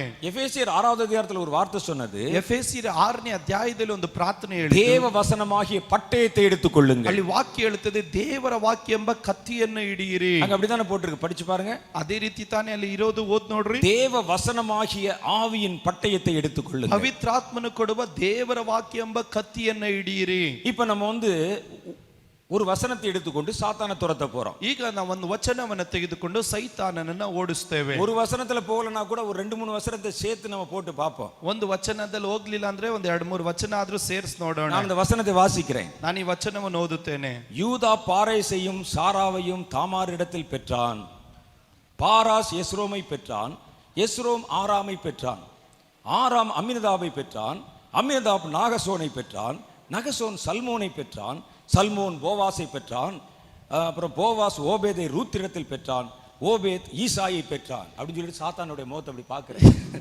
ಸೈತಾನನ ಮುಖವನ್ನು ನೋಡಿ ಯೂದನು ತಾಮಾರಳಲ್ಲಿ ಪರಿಚಯನನ್ನು ಜೈರನ್ನು ಪಡೆದನು, ಪರಿಚಯನು ಹೆಬ್ರೋನ್ ಪಡೆದನು, ಎಜ್ರೋಚನು ಹರೋಮನನ್ನು ಪಡೆದನಂತ ಸೈತಾನನ ಮುಂದೆ ಈ ವಚನಗಳನ್ನು ಹೇಳಕ್ಕಾಗಲ್ಲ. அவன் உடனே மிச்ச வசனத்தை ஞாபகப்படுத்துகிறான். ಅವನು ಉಳಿದಂತ ವಚನಗಳನ್ನು ನಮಗೆ ನೆನಪಿಸ್ತಾನೆ. இப்ப சாத்தான் சொல்றான், ஈசாய் தாவீதை பெற்றான். ಈಗ ಹೇಳ್ತಾನೆ, தாவீது உசியாவை பெற்றான். ಈಗ ಈಶಿಯನು ದಾವೀದನನ್ನು ಪಡೆದನು. தாவீது உரியாவின் மனைவியத்திலே சாலமோனை பெற்றான். ದಾವೀದನು ಉರಿಯನ ಹೆಂಡತಿಯಾಗಿ சொல்லி ಸೊಲೊಮೋನನ್ನು ಪಡೆದನು. இது மாதிரி ஆயிரும். ಈ ರೀತಿ ಆಗ್ಬಿಡುತ್ತೆ. இப்ப நான் கேட்கிறேன், பதில் சொல்லுங்க. இது வேத வசனம் தானே? ನಾನು ಕೇಳ್ತೀನಿ, ಇದು ದೇವರ ವಾಕ್ಯ ತಾನೇ? இது பைபிள் தானே எழுதி இருக்குது. ಇದು ಬೈಬಲ್ ತಾನೇ ಬರೆದದೆ. பரிசுத்த ஆவியானவர் தானே எழுதினாரு. ಪವಿತ್ರಾತ್ಮನು ತಾನೇ ಬರೆದಿರೋದು. ஏன் இந்த வசனத்தை பயன்படுத்த கூடாது? ಏನಕ್ಕೆ ಈ ವಚನವನ್ನು ಉಪಯೋಗಿಸಬಾರದು? எப்படி பயன்படுத்தலாம்? ಯಾವ ರೀತಿ ಉಪಯೋಗಿಸೋದು? ஆபிரகாம் ஈசாக்கை பெற்றான் சொன்னா போயிருமா? ಅಬ್ರಹಾಮನ ಈಸಾಕನ್ನು ಪಡೆದನಂತ ಉಪಯೋಗಿಸ್ಬೇಕಾ? அப்ப வேத வசனம் தான். ಆಗ ದೇವರ ವಾಕ್ಯನೇ. அதில் பட்டயமாய் பயன்படுத்துகிற வசனம் என்னன்னு நீங்க தெரியணும். ಅದು ಕತ್ತಿಯಾಗಿ ಉಪಯೋಗಿಸುವ ವಚನಗಳು ಯಾವುದು ಅಂತ ನೀವು ತಿಳಿಯಬೇಕು. வசனம் பட்டயம் என்பதற்காக எல்லா வசனத்தையும் பயன்படுத்தி விட முடியாது. ವಾಕ್ಯ ಕತ್ತಿ ಅಂತ ಹೇಳಿ ಎಲ್ಲಾ ವಾಕ್ಯವನ್ನು ಉಪಯೋಗಿಸಕ್ಕಾಗಲ್ಲ. யூதாஸ் நான்று கொண்ட செத்தான் என்று எழுதியிருப்பதும் வசனம் தான். ಯೂದನು ಆತನು ನೇತು ಹಾಕೊಂಡು ಸತ್ತನು ಎನ್ನುವುದು ದೇವರ ವಾಕ್ಯನೇ. பிசாசுக்கு முன்னால போய் யூதாஸ் நான்று கொண்டு செத்தான், நான்று கொண்டு செத்தான். ಯೂದನು ಆತನು ನೇಣು ಹಾಕೊಂಡು ಸತ್ತನು, ನೇಣು ಹಾಕೊಂಡು ಸತ್ತನು. பிசாசு கேட்பான், ஒண்ணு நீ சாகிறியா நான் சாகணுமா, என்ன சொல்றடான்னு கேட்பான். ಆ ಸೈತಾನನ ಕೇಳ್ತಾನೆ, ನೀನ್ ಸಾಯ್ತೀಯ ನಾನು ಸಾಯ್ತೀನಾ ಎಂದು. நம்ம ஆளுக்கு சாத்தானுக்கே கிறுக்கு பிடிக்க வச்சிருவாங்க.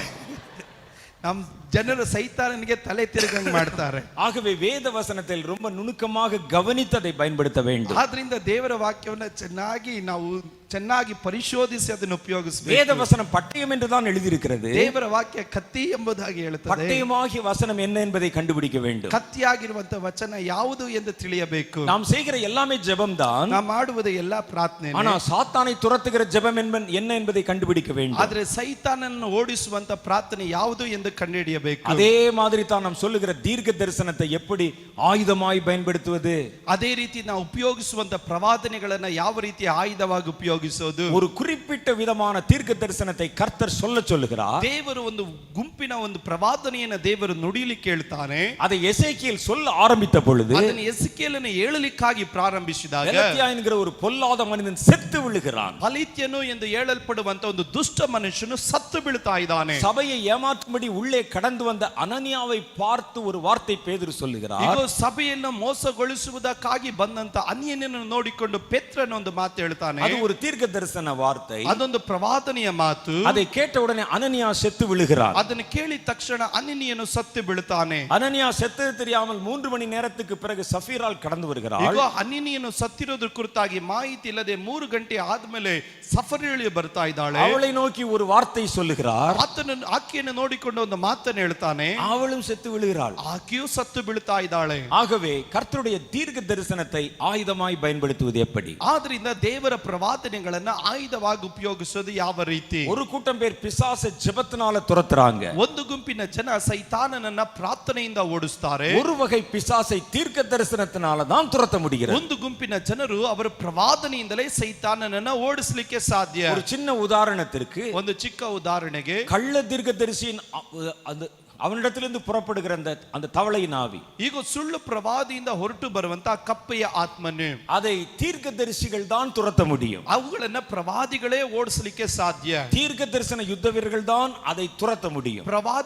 ಪ್ರವಾದಿಗಳೆಂಬ ಯುದ್ಧ ವೀರರು ಮಾತ್ರನೇ ಅವುಗಳನ್ನು ಓಡಿಸಲಿಕ್ಕೆ ಸಾಧ್ಯ. எல்லா தீர்க்கதரிசிகளும் அல்ல, ಎಲ್ಲಾ ಪ್ರವಾದಿಗಳಲ್ಲ, தீர்க்க தரிசனத்தை வைத்து யுத்தம் செய்ய தெரிந்தவர்கள். ಈಗ ಪ್ರವಾದನೆಯನ್ನ ಮುಂದೆ ಇಟ್ಟುಕೊಂಡು ಯುದ್ಧ ಮಾಡುವುದಕ್ಕೆ ತಿಳಿದವರು. கர்த்தர் அப்படிப்பட்ட தலைமுறையை தான் நம் நடுவில் எழுப்ப விரும்புகிறார். ದೇವರು ಆ ರೀತಿ ಉಳ್ಳಂತ ಒಂದು ತಲೆಮಾರನ್ನ ನಮ್ಮ ಮಧ್ಯದಲ್ಲಿ ಎಬ್ಬಿಸಲಿಕ್ಕಾಗಿ ಬಯಸ್ತಾನೆ. அவர்கள் தான் எழும்பி இந்த பொல்லாத பிசாசை துரத்துகிறார்கள். ಅವರೇ ಎದ್ದು ಈ ದುಷ್ಟನಾದ ಸೈತಾನನನ್ನ ಓಡಿಸುತ್ತಾರೆ. எப்படி நாம் அந்த காரியத்தை பயன்படுத்துவது, ಯಾವ ರೀತಿ ನಾವು ಆ ವಿಷಯಗಳನ್ನು ಉಪಯೋಗಿಸುವುದು, எந்த தீர்க்க தரிசனத்தை கொண்டு தீர்க்க தரிசன வரத்தை எப்படி பயன்படுத்துகிறார்கள், ಯಾವ ರೀತಿ ಪ್ರವಾದನೆಯ ವರಗಳನ್ನು ಉಪಯೋಗಿಸುತ್ತಾರೆ. நாம் காலையிலே வாசி கேட்டோம். ನಾವು ಮುಂಜಾನೆ ಓದಿದೆವು. எசேக்கியேலை கர்த்தர் அழைத்தார். ಎಸ್ಕೇಲನ ದೇವರು ಕರೆದನು. அவனை நேரா கொண்டு போய் அந்த எருசலேம் அலங்கத்து வாசல் அண்டையிலே கொண்டு விட்டார். ದೇವರು ಅವನನ್ನು ಕರೆದುಕೊಂಡೋಗಿ ಯೆರೂಸಲೇಮಿನ ಬಾಗಿಲಿನಲ್ಲಿ ನಿಲ್ಲಿಸಿದನು. அங்கே அவர்கள் செய்கிற அக்கிரம செய்கைகளை அவர் பார்க்கும்படி நேரிட்டது. ಅಲ್ಲಿ ಅವರು ಮಾಡುತ್ತಿರುವಂತ ಅಕ್ರಮವಾದಂತ ಕಾರ್ಯಗಳನ್ನು ನೋಡಲಿಕ್ಕೆ ಸಾಧ್ಯವಾಯಿತು. அவர்கள் நடுவிலே கொண்டு போய் அவனை நிறுத்தி ಅವರ ಮಧ್ಯದಲ್ಲಿ ಕರೆದುಕೊಂಡೋಗಿ ಅವನನ್ನು நீ ನಿಲ್ಲಿಸಿ, இவர்களுக்கு எதிராக தீர்க்க தரிசனம் சொல்லு என்றார். ನೀನು ಇವರ ವಿರುದ್ಧವಾಗಿ ಪ್ರವದಿಸು ಎಂಬುದಾಗಿ ಹೇಳಿದನು. அந்த வார்த்தை சொன்ன உடனே கர்த்தருடைய ஆவியானவர் என் மேல் இறங்கினார். ಆ ಮಾತುಗಳು ಹೇಳಿದ ತಕ್ಷಣವಾಗಿ ದೇವರ ಆತ್ಮನು ನನ್ನ ಮೇಲೆ ಇಳಿದನು. கர்த்தர் தம்முடைய ஆவி இறங்க வைப்பதற்கு முன்பாக தீர்க்க தரிசனம் சொல்லும்படி அவனுக்கு கட்டளை கொடுத்தார். ದೇವರು ತನ್ನ ಆತ್ಮನನ್ನು ಇಳಿಸುವುದಕ್ಕಿಂತ ಮುಂಚಿತವಾಗಿ ದೇವರು ಅವನಿಗೆ ಪ್ರವದಿಸು ಎಂಬುದಾಗಿ ಹೇಳಿದನು. ஏன்னா சில சமயங்களில் தீர்க்கதரிசிகள் தங்களுக்கு வருகிற தீர்க்க தரிசன வார்த்தைகளை அடக்கி போட்டு விட கூட முடியும். ಕಾರಣವೇನೆಂದ್ರೆ ಕೆಲವೊಂದು ಸಾರಿ ಪ್ರವಾದಿಗಳು ತಮಗೆ ಬರುವ ಪ್ರವಾದನೆಯ ಮಾತುಗಳನ್ನ ಅವರು ಮುಚ್ಚಿ ಬಿಡಬಹುದು. எல்லாத்தையும் சொல்ல வேண்டிய அவசியம் இல்ல, ಎಲ್ಲವನ್ನು ಹೇಳುವುದಕ್ಕೆ ಅವಶ್ಯಕತೆ ಇಲ್ಲ. சில சமயங்களில் சில தீர்க்க தரிசனங்களை நாங்களே உள்ளே வச்சுக்கிறோம், மறைச்சிருவோம். ಕೆಲವೊಂದು ಸಾರಿ ಕೆಲ ಪ್ರವಾದನೆಗಳನ್ನ ನಾವೇ ಮರೆ ಮಾಡಿಬಿಡುತ್ತೇವೆ. ஆகவே கர்த்தர் இந்த இடத்துல அவரை பார்த்து சொல்லுகிறார், ದೇವರು ಆ ಸ್ಥಳದಲ್ಲಿ ಅವನನ್ನು ನೋಡಿ ಹೇಳ್ತಾ நான் இப்போ ಇದ್ದಾನೆ, உனக்குள்ள இந்த ஒரு தீர்க்க தரிசன வார்த்தை தரப்போறேன். ನಾನು ನಿನಗೊಂದು ಪ್ರವಾದನೆ ಮಾತನ್ನು ಕೊಡಲಿಕ್ಕೆ ಹೋಗ್ತೇನೆ. நீ அதை இங்க இருக்கிற ஆட்களை பார்த்து பயந்து போய் மறைக்க கூடாது. ನೀನು ಅಲ್ಲಿರುವಂತ ಜನರನ್ನು ನೋಡಿ ಭಯಪಟ್ಟು ನೀನು ಮರೆ ಮಾಡಬಾರದು. இப்ப நீ தீர்க்க தரிசனம் சொல்லணும். ನೀನು ಪ್ರವಾದನೆ ಹೇಳಬೇಕು. கர்த்தர் சொன்ன உடனே கர்த்தருடைய ஆவியானவர் என் மேல் இறங்கினார். ಕರ್ತನು ಹೇಳಿದ ತಕ್ಷಣ ಆಗ ಯೆಹೋವನ ಆತ್ಮವು ನನ್ನಲ್ಲಿ ಆವೇಶಿಸಲು அவர் என்னை நோக்கி நீ சொல்ல வேண்டியது என்னவென்றால், ಹೀಗೆ ಸಾರಬೇಕೆಂದು ಅಪ್ಪಣೆ ಆಯಿತು. இஸ்ரவேலின் வம்சத்தாரே நீங்கள் இப்படி பேசுகிறது உண்டு. ಇಸ್ರಾಯೇಲ್ ವಂಶದವರೇ ನೀವು ಹೀಗೆ ಏಕೆ ಮಾತನಾಡುತ್ತೀರಿ? உங்கள் மனதில் உள்ளதை நான் அறிவேன். ಸರಿ, ನಿಮ್ಮ ಮನಸ್ಸಿನಲ್ಲಿ ಹುಟ್ಟಿರುವ ಆಲೋಚನೆಗಳು ನನಗೆ ಗೊತ್ತೇ ಇವೆ. இந்த நகரத்தில் நீங்கள் அநேகரை கொலை செய்தீர்கள். ನೀವು ಈ ಪಟ್ಟಣದಲ್ಲಿ ನರಹತ್ಯವನ್ನು ಹೆಚ್ಚೆಚ್ಚಾಗಿ ಮಾಡಿ அதன் வீதிகளை கொலை உண்டவர்களால் நிரப்பினீர்கள் என்று கர்த்தர் சொல்லுகிறார். ಹತರಾದವರಿಂದ ಬೀದಿಗಳನ್ನು ತುಂಬಿಸಿದಿರಿ ಎಂಬುದಾಗಿ ಕರ್ತನು ಹೇಳುತ್ತಾನೆ. ஆகையால் நீங்கள் கொலை செய்து அது நடுவிலே போட்டு விட்டவர்களே, ಆದುದರಿಂದ ನೀವು ಕೊಲೆ ಮಾಡಿ ಅವರನ್ನ ಪಟ್ಟಣದ ಮಧ್ಯದಲ್ಲಿ ತುಂಬಿಸಿದವರನ್ನ, இறைச்சியும் இந்த நகரத்தின் அந்த பானையுமாமே, ಈಗ ಆ ಅಂಡೆಯಲ್ಲಿ ಮಾಂಸವು ಈ ಪಟ್ಟಣವು ಹಂಡೆ, உங்களையோ அதற்குள் இராதபடி புறம்பாக்குவேன் என்று கர்த்தராகி ஆண்டவர் சொல்லுகிறார். ನಿಮ್ಮನ್ನಾದರೂ ನಾನು ಪಟ್ಟಣದೊಳಗಿಂದ ಕಿತ್ತು ಹಾಕುವೆನು ಎಂಬುದಾಗಿ ಹೇಳಿದನು. பாருங்க, இந்த அளவோட நிறுத்திக் கொள்வோம். ನಾವು ಈ ಅಳತೆಯಲ್ಲಿ ನಿಲ್ಲಿಸಿಬಿಡೋಣ. இதுல ரெண்டு காரியம் இருக்கிறது. ಇಲ್ಲಿ ಎರಡು ಕಾರ್ಯಗಳಿದೆ. ஒன்று gift of revelation, ಒಂದು ಪ್ರಕಟಣೆಯ ವರ. அந்த மனிதர்கள் இதுவரைக்கும் செய்த பாவம் அது வெளிப்படுத்தப்படுகிறது. ಆ ಮನುಷ್ಯರು ಇದುವರೆಗೂ ಮಾಡಿದ ಪಾಪವು ಪ್ರಕಟಿಸಲ್ಪಡುತ್ತಾ ಇದೆ. நீங்க இந்த ஊர்ல கொலை செஞ்சீங்க, ನೀವು ಈ ಊರಿನಲ್ಲಿ ಕೊಲೆ ಮಾಡಿದ್ದೀರಿ, அநேக பிரேதங்களால் வீதியை நிரப்பினீர்கள், ಅನೇಕ ಶವಗಳಿಂದ ಬೀದಿಯನ್ನು ತುಂಬಿಸಿದಿರಿ. இதெல்லாம் ஏற்கனவே செஞ்சிருக்கிறான். ಇದೆಲ್ಲ ಮುಂಚಿತವಾಗಿ அது ಮಾಡಿದ್ದಾರೆ. ஜனங்களுக்கு தெரியாம மறைச்சிருக்கிறான். ಅದು ಜನರಿಗೆ ಗೊತ್ತಿಲ್ಲದಂತೆ ಮರೆ ಮಾಡಿದ್ದಾರೆ. கர்த்தர் முதல்ல மறைந்திருக்கிற காரியத்தை வெளிப்படுத்துகிறார். ದೇವರು ಮೊದಲನೇದಾಗಿ ಮರೆಯಾಗಿರುವ ಕಾರ್ಯವನ್ನು ಪ್ರಕಟಿಸ್ತಾ ಇದ್ದಾನೆ. எந்த ஒரு மனுஷனும் மறைத்திருக்கிற காரியத்தை நீங்க வெளிப்படுத்தினீங்கன்னா அவனுடைய பாதி பலம் போய்விடும். ಯಾವ ಮನುಷ್ಯನಿಗೆ ಅವನೇ ಜೀವನದಲ್ಲಿ ಮರೆಪಡಿಸಿದಂತ ಕಾರ್ಯವನ್ನು ಪ್ರಕಟಿಸ್ತಿರೋ ಅರ್ಧ ಬಲವು ಕುಗ್ಗಿ ಹೋಗುತ್ತದೆ. இவனுக்கு அது சொன்ன உடனே தான் செய்த கொலை வெளியே தெரிந்து விட்டது. ಈಗ ಇದನ್ನು ಹೇಳಿದ ತಕ್ಷಣ ಅವನ ಮಾಡಿದ ಕೊಲೆ ಹೊರಗಡೆ ಪ್ರಕಟವಾಯಿತು. மறைவான பாவம் வெளியே தெரிஞ்சுனா பயப்பட ஆரம்பிச்சிருவான். ಈಗ ಮರೆಯಾದ ಪಾಪ ಪ್ರಕಟಿಸಿದ ತಕ್ಷಣವಾಗಿ ಭಯಪಡ್ತಾ ಇದ್ದಾನೆ. அரசாங்கத்தில் அப்படித்தான் செய்வாங்க. ಸರ್ಕಾರದಲ್ಲಿ ಅದೇ ರೀತಿನೇ ಮಾಡೋದು. சில ஆள் அப்படி துள்ளி துள்ளி பேசிட்டு இருப்பான். ಕೆಲವೊಂದು ವ್ಯಕ್ತಿ ಜಿಗಿದು ಮಾತಾಡ್ತಾ ಇರ್ತಾರೆ. கவர்மெண்ட் எதிர்க்கிறேன், ನಾನು ಗವರ್ಮೆಂಟ್ ಅನ್ನು ವಿರೋಧಿಸ್ತೀನಿ, அதை எதிர்க்கிறேன், ನಾನು ಅವರನ್ನು ವಿರೋಧಿಸ್ತೀನಿ ಅದನ್ನ சொல்லி அவர் வந்து பத்திரிகையில பேட்டி எல்லாம் கொடுப்பார். ಎಂದು ಪತ್ರಿಕೆಯಲ್ಲಿ ಅವರು ಎಲ್ಲಾ ಮಾತುಗಳನ್ನು ಕೊಡ್ತಾರೆ. உடனே அரசாங்கம் பார்க்கும், ತಕ್ಷಣವಾಗಿ ಸರ್ಕಾರ ನೋಡುತ್ತೆ. உன் வண்டவாளம் பணம் எனக்கு தெரியும், ನಿನ್ ಬಂಡವಾಳ ನನಗೆ ಗೊತ್ತು, நீ எவ்வளவு லஞ்சம் வாங்கியிருக்கிறேன்னு எனக்கு ನೀನು தெரியும், ಎಷ್ಟು ಲಂಚ ತಗೊಂಡಿದ್ಯಾ ನನಗೆ ಗೊತ್ತು, எவ்வளவு இடத்துல நிலம் வாங்கியிருக்கேன்னு தெரியும். ಎಷ್ಟು ಭೂಮಿಯನ್ನು ಖರೀದಿಸಿದ್ಯಾ ಅಂತ ಗೊತ್ತು. அவைகளை சொல்ல ஆரம்பிச்ச உடனே இவர் அப்படியே சரண்டர் ஆயிருவார். ಅವರು ಅದನ್ನ ಹೇಳಲಿಕ್ಕೆ ಪ್ರಾರಂಭಿಸಿದಾಗ ಇವನು ಹಂಗೆ ಸಮರ್ಪಿಸ್ಬಿಡ್ತಾನೆ. நீ சொல்றதெல்லாம் கேட்கிறேன் சார்ன்றுவார். ನೀವು ಹೇಳೋದೆಲ್ಲ ನಾನು ಕೇಳ್ತೀನಿ ಸರ್. நீங்க அப்படிதான் நடக்குது. ಇಲ್ಲ ಅದೇ ರೀತಿ ನಡೀತಾ ಇದೆ. ஒருவன் தான் செய்தது வெளியே தெரியாது என்று நினைச்சிருக்கிற வரைக்கும் தான் பலவான் மாதிரி நின்று கொண்டிருப்பான். ಒಬ್ಬ ಮನುಷ್ಯನು ತಾನು ಮಾಡಿದ್ದು ಹೊರಗಡೆ ಅದು ಗೊತ್ತಿಲ್ಲ ಅಂತ ತಿಳಿದಿರುವವರೆಗೂ ಅವನು ಬಲಿಷ್ಠನಾಗಿ ನಟನೆ ಮಾಡ್ತಾನೆ. மோசே அங்கே பணிக்களத்தில் வேலை செய்து கொண்டிருந்த அவர் அங்கே நின்று கொண்டிருந்த பொழுது ಮೋಶೆ ತನ್ನ ಕೆಲಸದಲ್ಲಿ ಅವನು ನಿಂತಾಗ ஒரு எகிப்தியன் ஒரு யூதனை கடுமையாய் நடத்தினான். ಒಂದು ಐಗುಪ್ತನು ಒಬ್ಬ ಯಹೂದ್ಯನನ್ನ ಆತನು ಘೋರವಾಗಿ ನಡೆಸಿಕೊಳ್ತಾ ಇದ್ದಾನೆ. மோசேக்கு கோபம் வந்து அவனை அடிச்சு கொலை பண்ணிட்டான். ಮೋಶೆಗೆ ಕೋಪ ಬಂದು ಅವನು ಒಡೆದು ಅವನನ್ನು ಕೊಂದು ಬಿಟ್ಟನು. சுற்றி முற்றி பார்த்தார், யாராவது பார்த்திருக்காங்களா? ಸುತ್ತಮುತ್ತಲು ನೋಡಿದನು, ಯಾರಾದ್ರೂ ನೋಡಿದ್ದಾರಾ? சுற்றிலும் யாரும் பார்க்கல. ಸುತ್ತಲೂ ಯಾರು ನೋಡ್ಲಿಲ್ಲ. உடனே இந்த பிரேதத்தை மறைவாய் கொண்டு போய் புதைத்து வைத்து விட்டார். ತಕ್ಷಣವಾಗಿ ಆ ಶವವನ್ನು ತೆಗೆದುಕೊಂಡು ಹೋಗಿ ಹೂಣಿಟ್ಟನು. சில நாட்கள் ஆயிற்று, ಸ್ವಲ್ಪ ದಿವಸಗಳಾಯಿತು. அவர் அப்படி நடந்து வந்து கொண்டிருக்கிறார். ಆ ರೀತಿ ನಡೆದಾಡ್ತಾ ಇದ್ದಾನೆ. ரெண்டு யூதர்கள் சண்டை போட்டுக்கிட்டு இருக்கிறாங்க. ಎರಡು ಯಹೂದ್ಯರು ತಮ್ಮಲ್ಲಿ ಜಗಳ ಮಾಡ್ತಾ ಇದ್ದಾರೆ. இவர் வந்து அந்த ஆட்களை பார்த்து ஏன்டா சண்டை போடுறீங்கன்னு கேட்கிறார். ಈತನು ಬಂದು ಕೇಳಿದ, ಯಾಕ್ರೋ ಜಗಳ ಮಾಡ್ತಾ ಇದ್ದೀರಾ?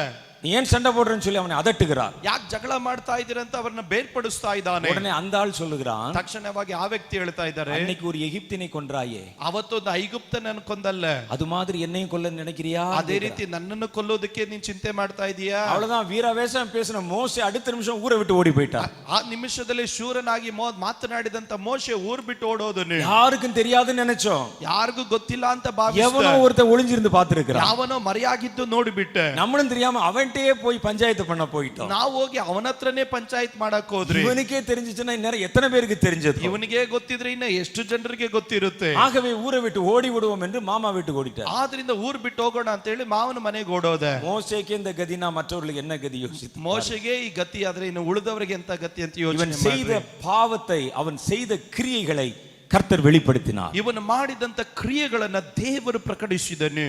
அவனை குறித்த மறைந்திருக்கிற காரியம் வெளிப்படுத்தப்பட்டது. ಅವನ ಕುರಿತಾಗಿ ಮರೆಯಾದಂತ ಕಾರ್ಯಗಳನ್ನ ಪ್ರಕಟಿಸಿದನು. அதுல அவனுடைய பாதி பலம் போய்விட்டது. ಅದರಲ್ಲಿ ಅವನ ಅರ್ಧ ಬಲವು ಹೋಯಿತು. இரண்டாவது அந்த தீர்க்கதரிசனத்தினுடைய இரண்டாவது பதியை பாருங்க. ಈಗ ಪ್ರವಾದನೆ ಎರಡನೇ ಭಾಗವನ್ನು ನೋಡ್ರಿ. அடுத்து அவனுக்கு என்ன நடக்க போகிறது என்கிறதை சொல்லுகிறார். ಮುಂದೆ ಅಲ್ಲಿ ಏನ್ ನಡಿಲಿಕ್ಕೆ ಹೋಗುತ್ತದೆ ಎಂದು ದೇವರು ಹೇಳ್ತಾ ಇದ್ದಾನೆ. ஒரு விஷயத்தை குறித்து மறைந்திருக்கிற காரியம், ಒಂದು ವಿಷಯದ ಕುರಿತಾಗಿ ಮರೆಯಾಗಿರುವ ಕಾರ್ಯ, அது ரெவலேஷன், ಅದು ಪ್ರಕಟಣೆ.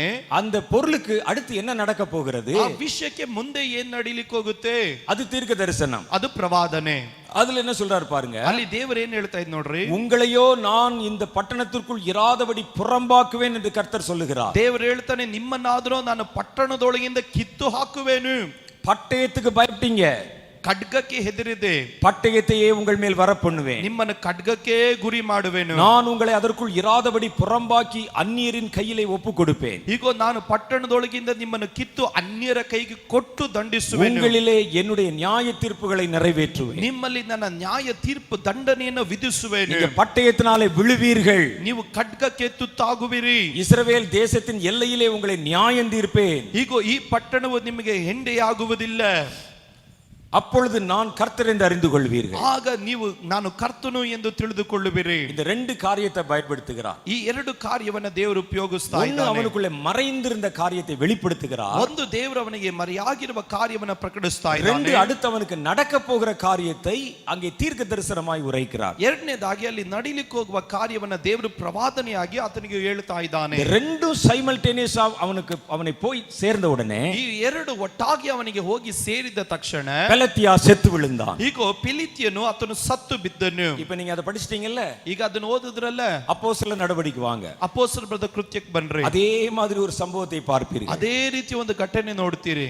அப்போ அப்போஸ்தலர் நடவடிக்கைகள் 5வது அதிகாரம், ಅಪೊಸ್ತಲರ ಕೃತ್ಯಗಳು 5ನೇ ಅಧ್ಯಾಯ. இப்போ அங்கே எசேக்கியேல் செய்ததை போல இங்கே பேதுரு செய்ய போகிறார். ಇಲ್ಲಿ ಎಸ್ಕೇಲನ್ನು ಮಾಡಿದ ಹಾಗೆ ಇಲ್ಲಿ ಪೇತ್ರನು ಮಾಡ್ತಾ ಇದ್ದಾನೆ. நல்லா படிச்சு பாருங்க, ಚೆನ್ನಾಗಿ ಓದ್ ನೋಡ್ರಿ. அனனியா என்னும் பேருள்ள ஒருவனும் அவனுடைய மனைவியாகிய சஃபீராலும் தங்கள் காணியாட்சியை விற்றார்கள்.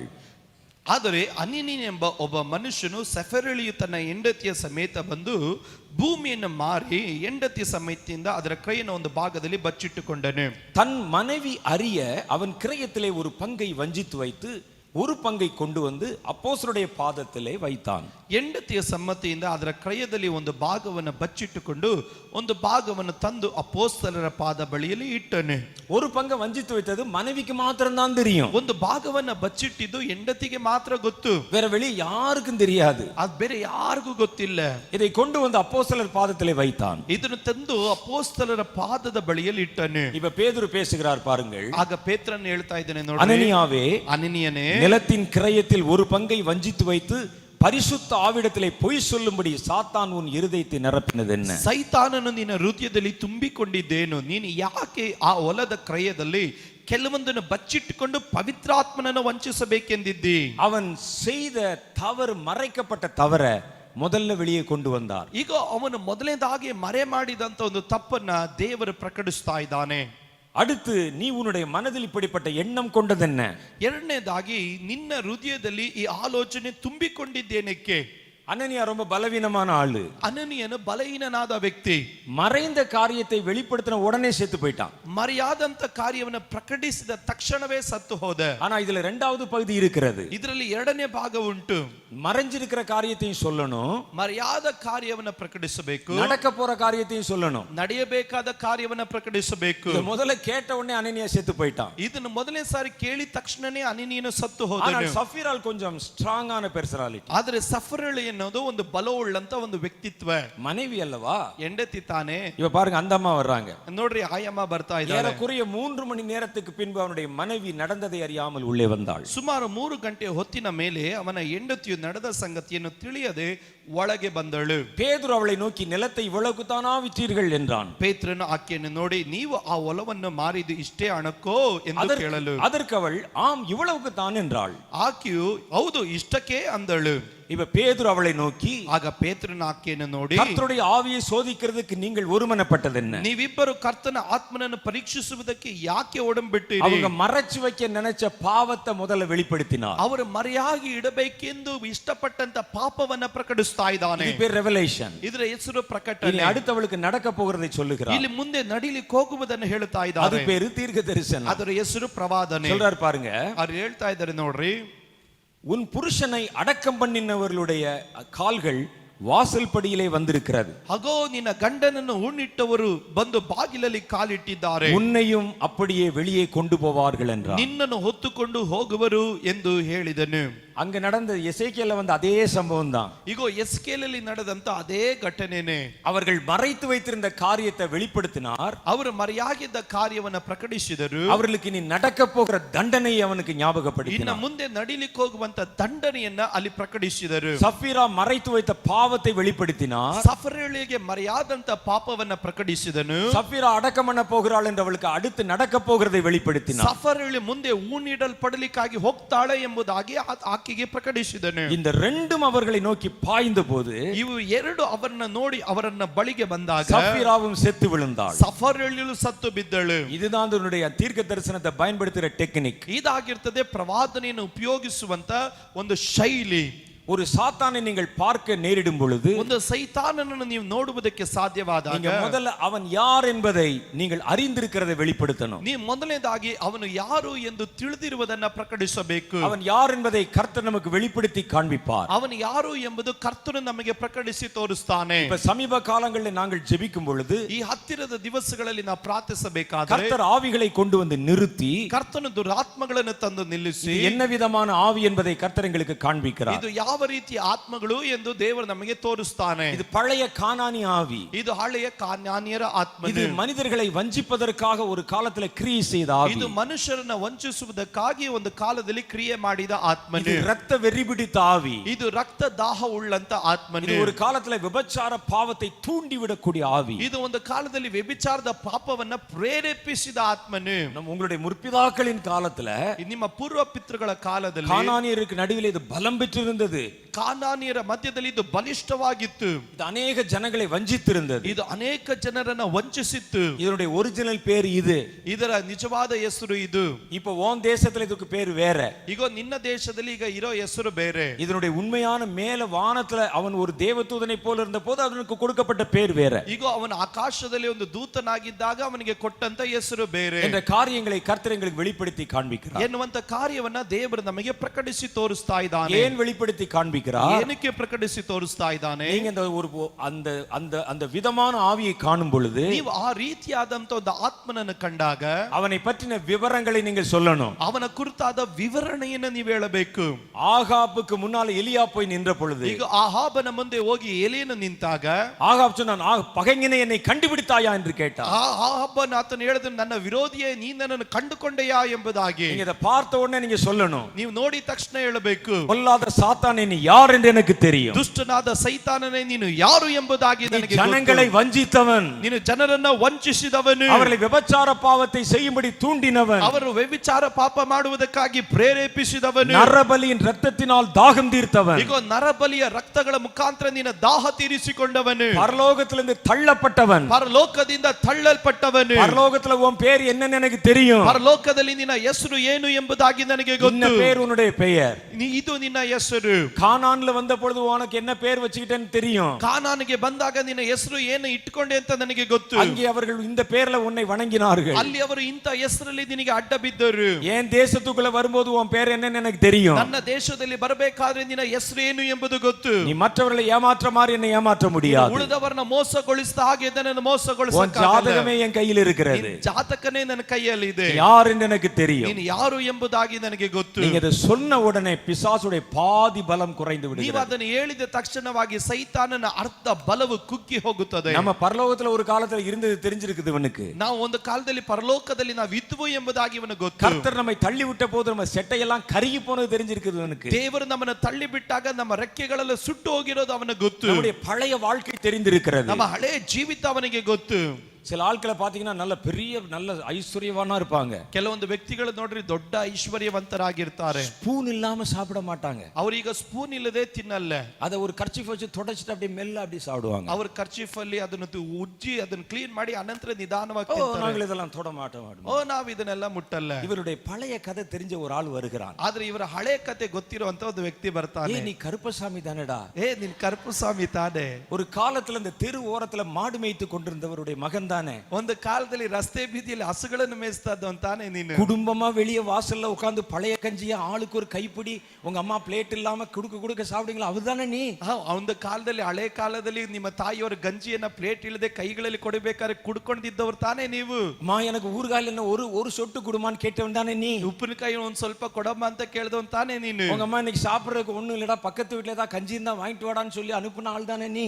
ಒಂದು ಕಾಲದಲ್ಲಿ ಮನೆಯಲ್ಲಿ ತಿನ್ನೋದಕ್ಕೇನಿಲ್ಲ, ಪಕ್ಕದ ಮನೆಯಿಂದ ಗಂಜಿ ತೆಗೆದುಕೊಂಡು ಬಂತ ಕಳಿಸಲ್ಪಟ್ಟವನ್ ತಾನೇ ನೀನು. ஸ்டார் ஹோட்டல்ல உங்களை பார்த்து அப்படி சொல்லிட்டான் ஒருத்தன். ಸ್ಟಾರ್ ಹೋಟ್ಲಲ್ಲಿ ನಿಮ್ಮನ್ನು ನೋಡಿ ಹೇಳ್ಬಿಟ್ಟ ಒಬ್ಬ. இந்த கருப்பசாமி இப்ப என்ன ஆவார் என்று நீங்கள் சொல்லணும். ಈಗ ಚಿಂತೆ ಮಾಡ್ರಿ ಕರುಪಸ್ವಾಮಿ ಅವರು ಏನಾಗ್ತಾರೆ ಅಂತ.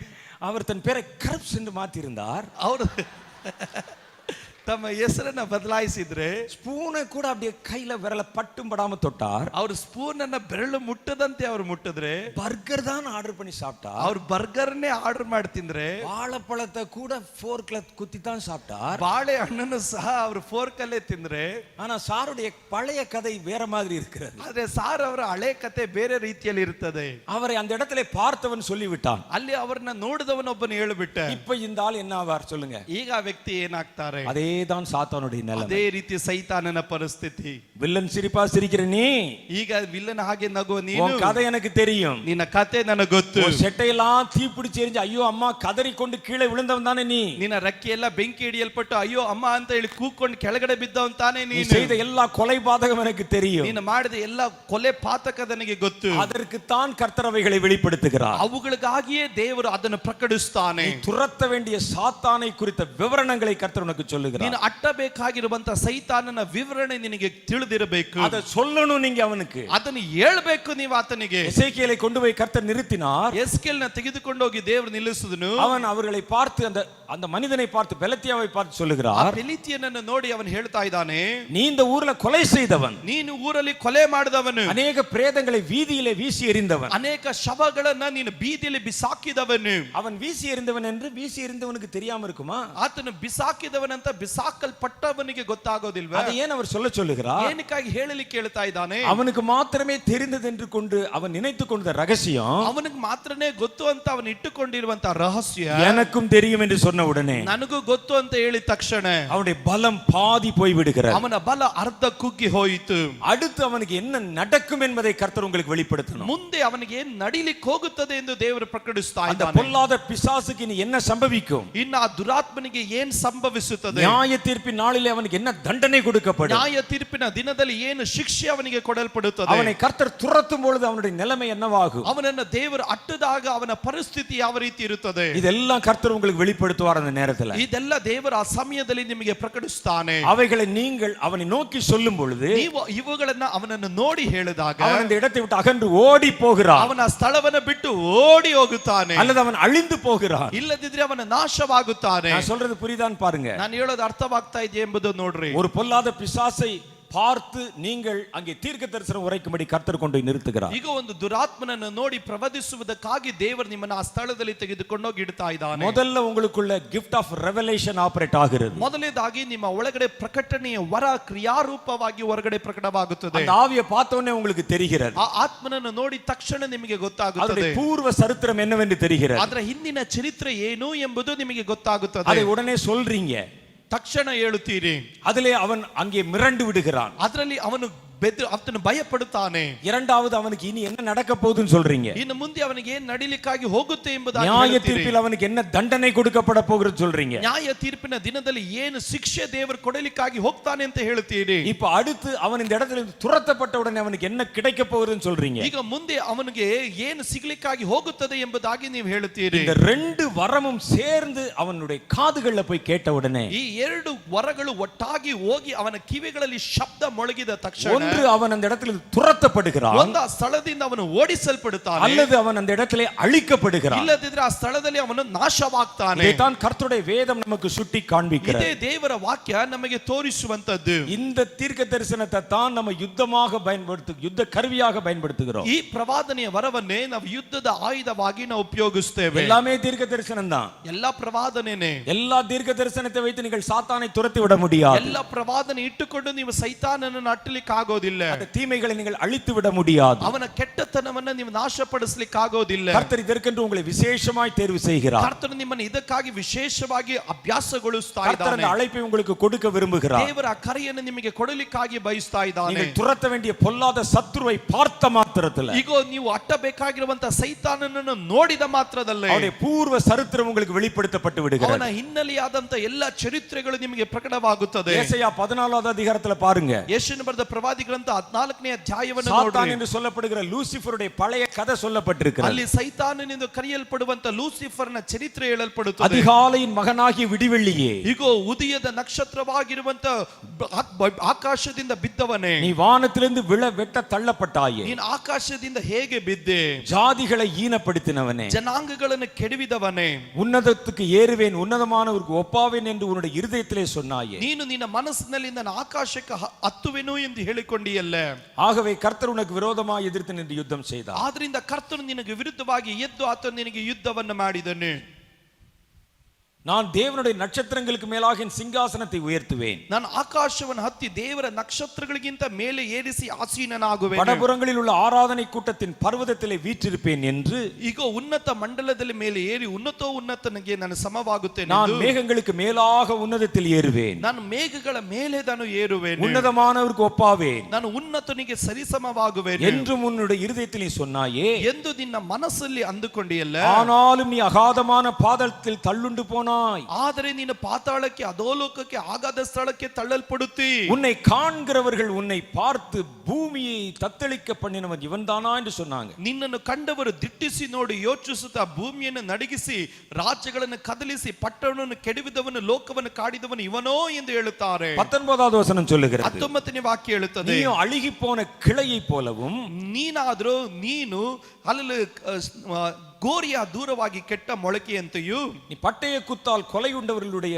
அந்த உடுப்பை போலவும் ಈಗ ಕೆತ್ತಿ ತಿವಿದು ಗುಂಡಿಯಲ್ಲಿ ಕಲ್ಲುಗಳನ್ನು ಪಾಲಾದ ಹತರಾದ ಅದು ಅವರಿಗೆ ಸಮವಾಗಿ ஒரு குழியின் கற்களுக்கு நடுவிலே கிடக்கிறவர்களை போலவும் காலால் மிதிக்கப்பட்ட பிணத்தை போலவும் உன் கல்லறைக்கு புறம்பாய் எறிந்து விடப்பட்டாய். ನೀನು ಗೋರಿಗೆ ದೂರವಾಗಿಯೂ ಕೆಟ್ಟ ಮೊಳಕೆಯಂತೆ ಬಿಸಾಡಲ್ಪಟ್ಟು ನಿನ್ನ ಶವವು ತುಳಿಯತಕ್ಕೆ ஈடாகுವುದು. நீ பிசாசு பெரிய ராஜவஸ்திரங்களை தரிச்சிருக்கிற மாதிரி தன்னை காமிக்கிறான். ಈಗ ಸೈತಾನನು ರಾಜವಸ್ತ್ರವನ್ನು ಧರಿಸಿದವನ ಹಾಗೆ ಅವನು ತನ್ನನ್ನು ತೋರಿಸಿಕೊಳ್ತಾನೆ. இயேசுவுக்கு முன்னால வந்து சொன்னான், பூமியும் அதனுடைய காரியங்கள் அதிகாரமும் என் கைகளில் கொடுக்கப்பட்டிருக்கிறது. ಯೇಸು ಸ್ವಾಮಿ ಮುಂದೆ ಹೇಳ್ತಾ ಇದ್ದಾನೆ, ಭೂಮಿಯ ಸಮಸ್ತ ಅಧಿಕಾರವು ನನಗೆ ಕೊಡಲ್ಪಟ್ಟಿದೆ. இதெல்லாம் கருப்பசாமியினுடைய இப்போ இருக்கிற நிலைமை.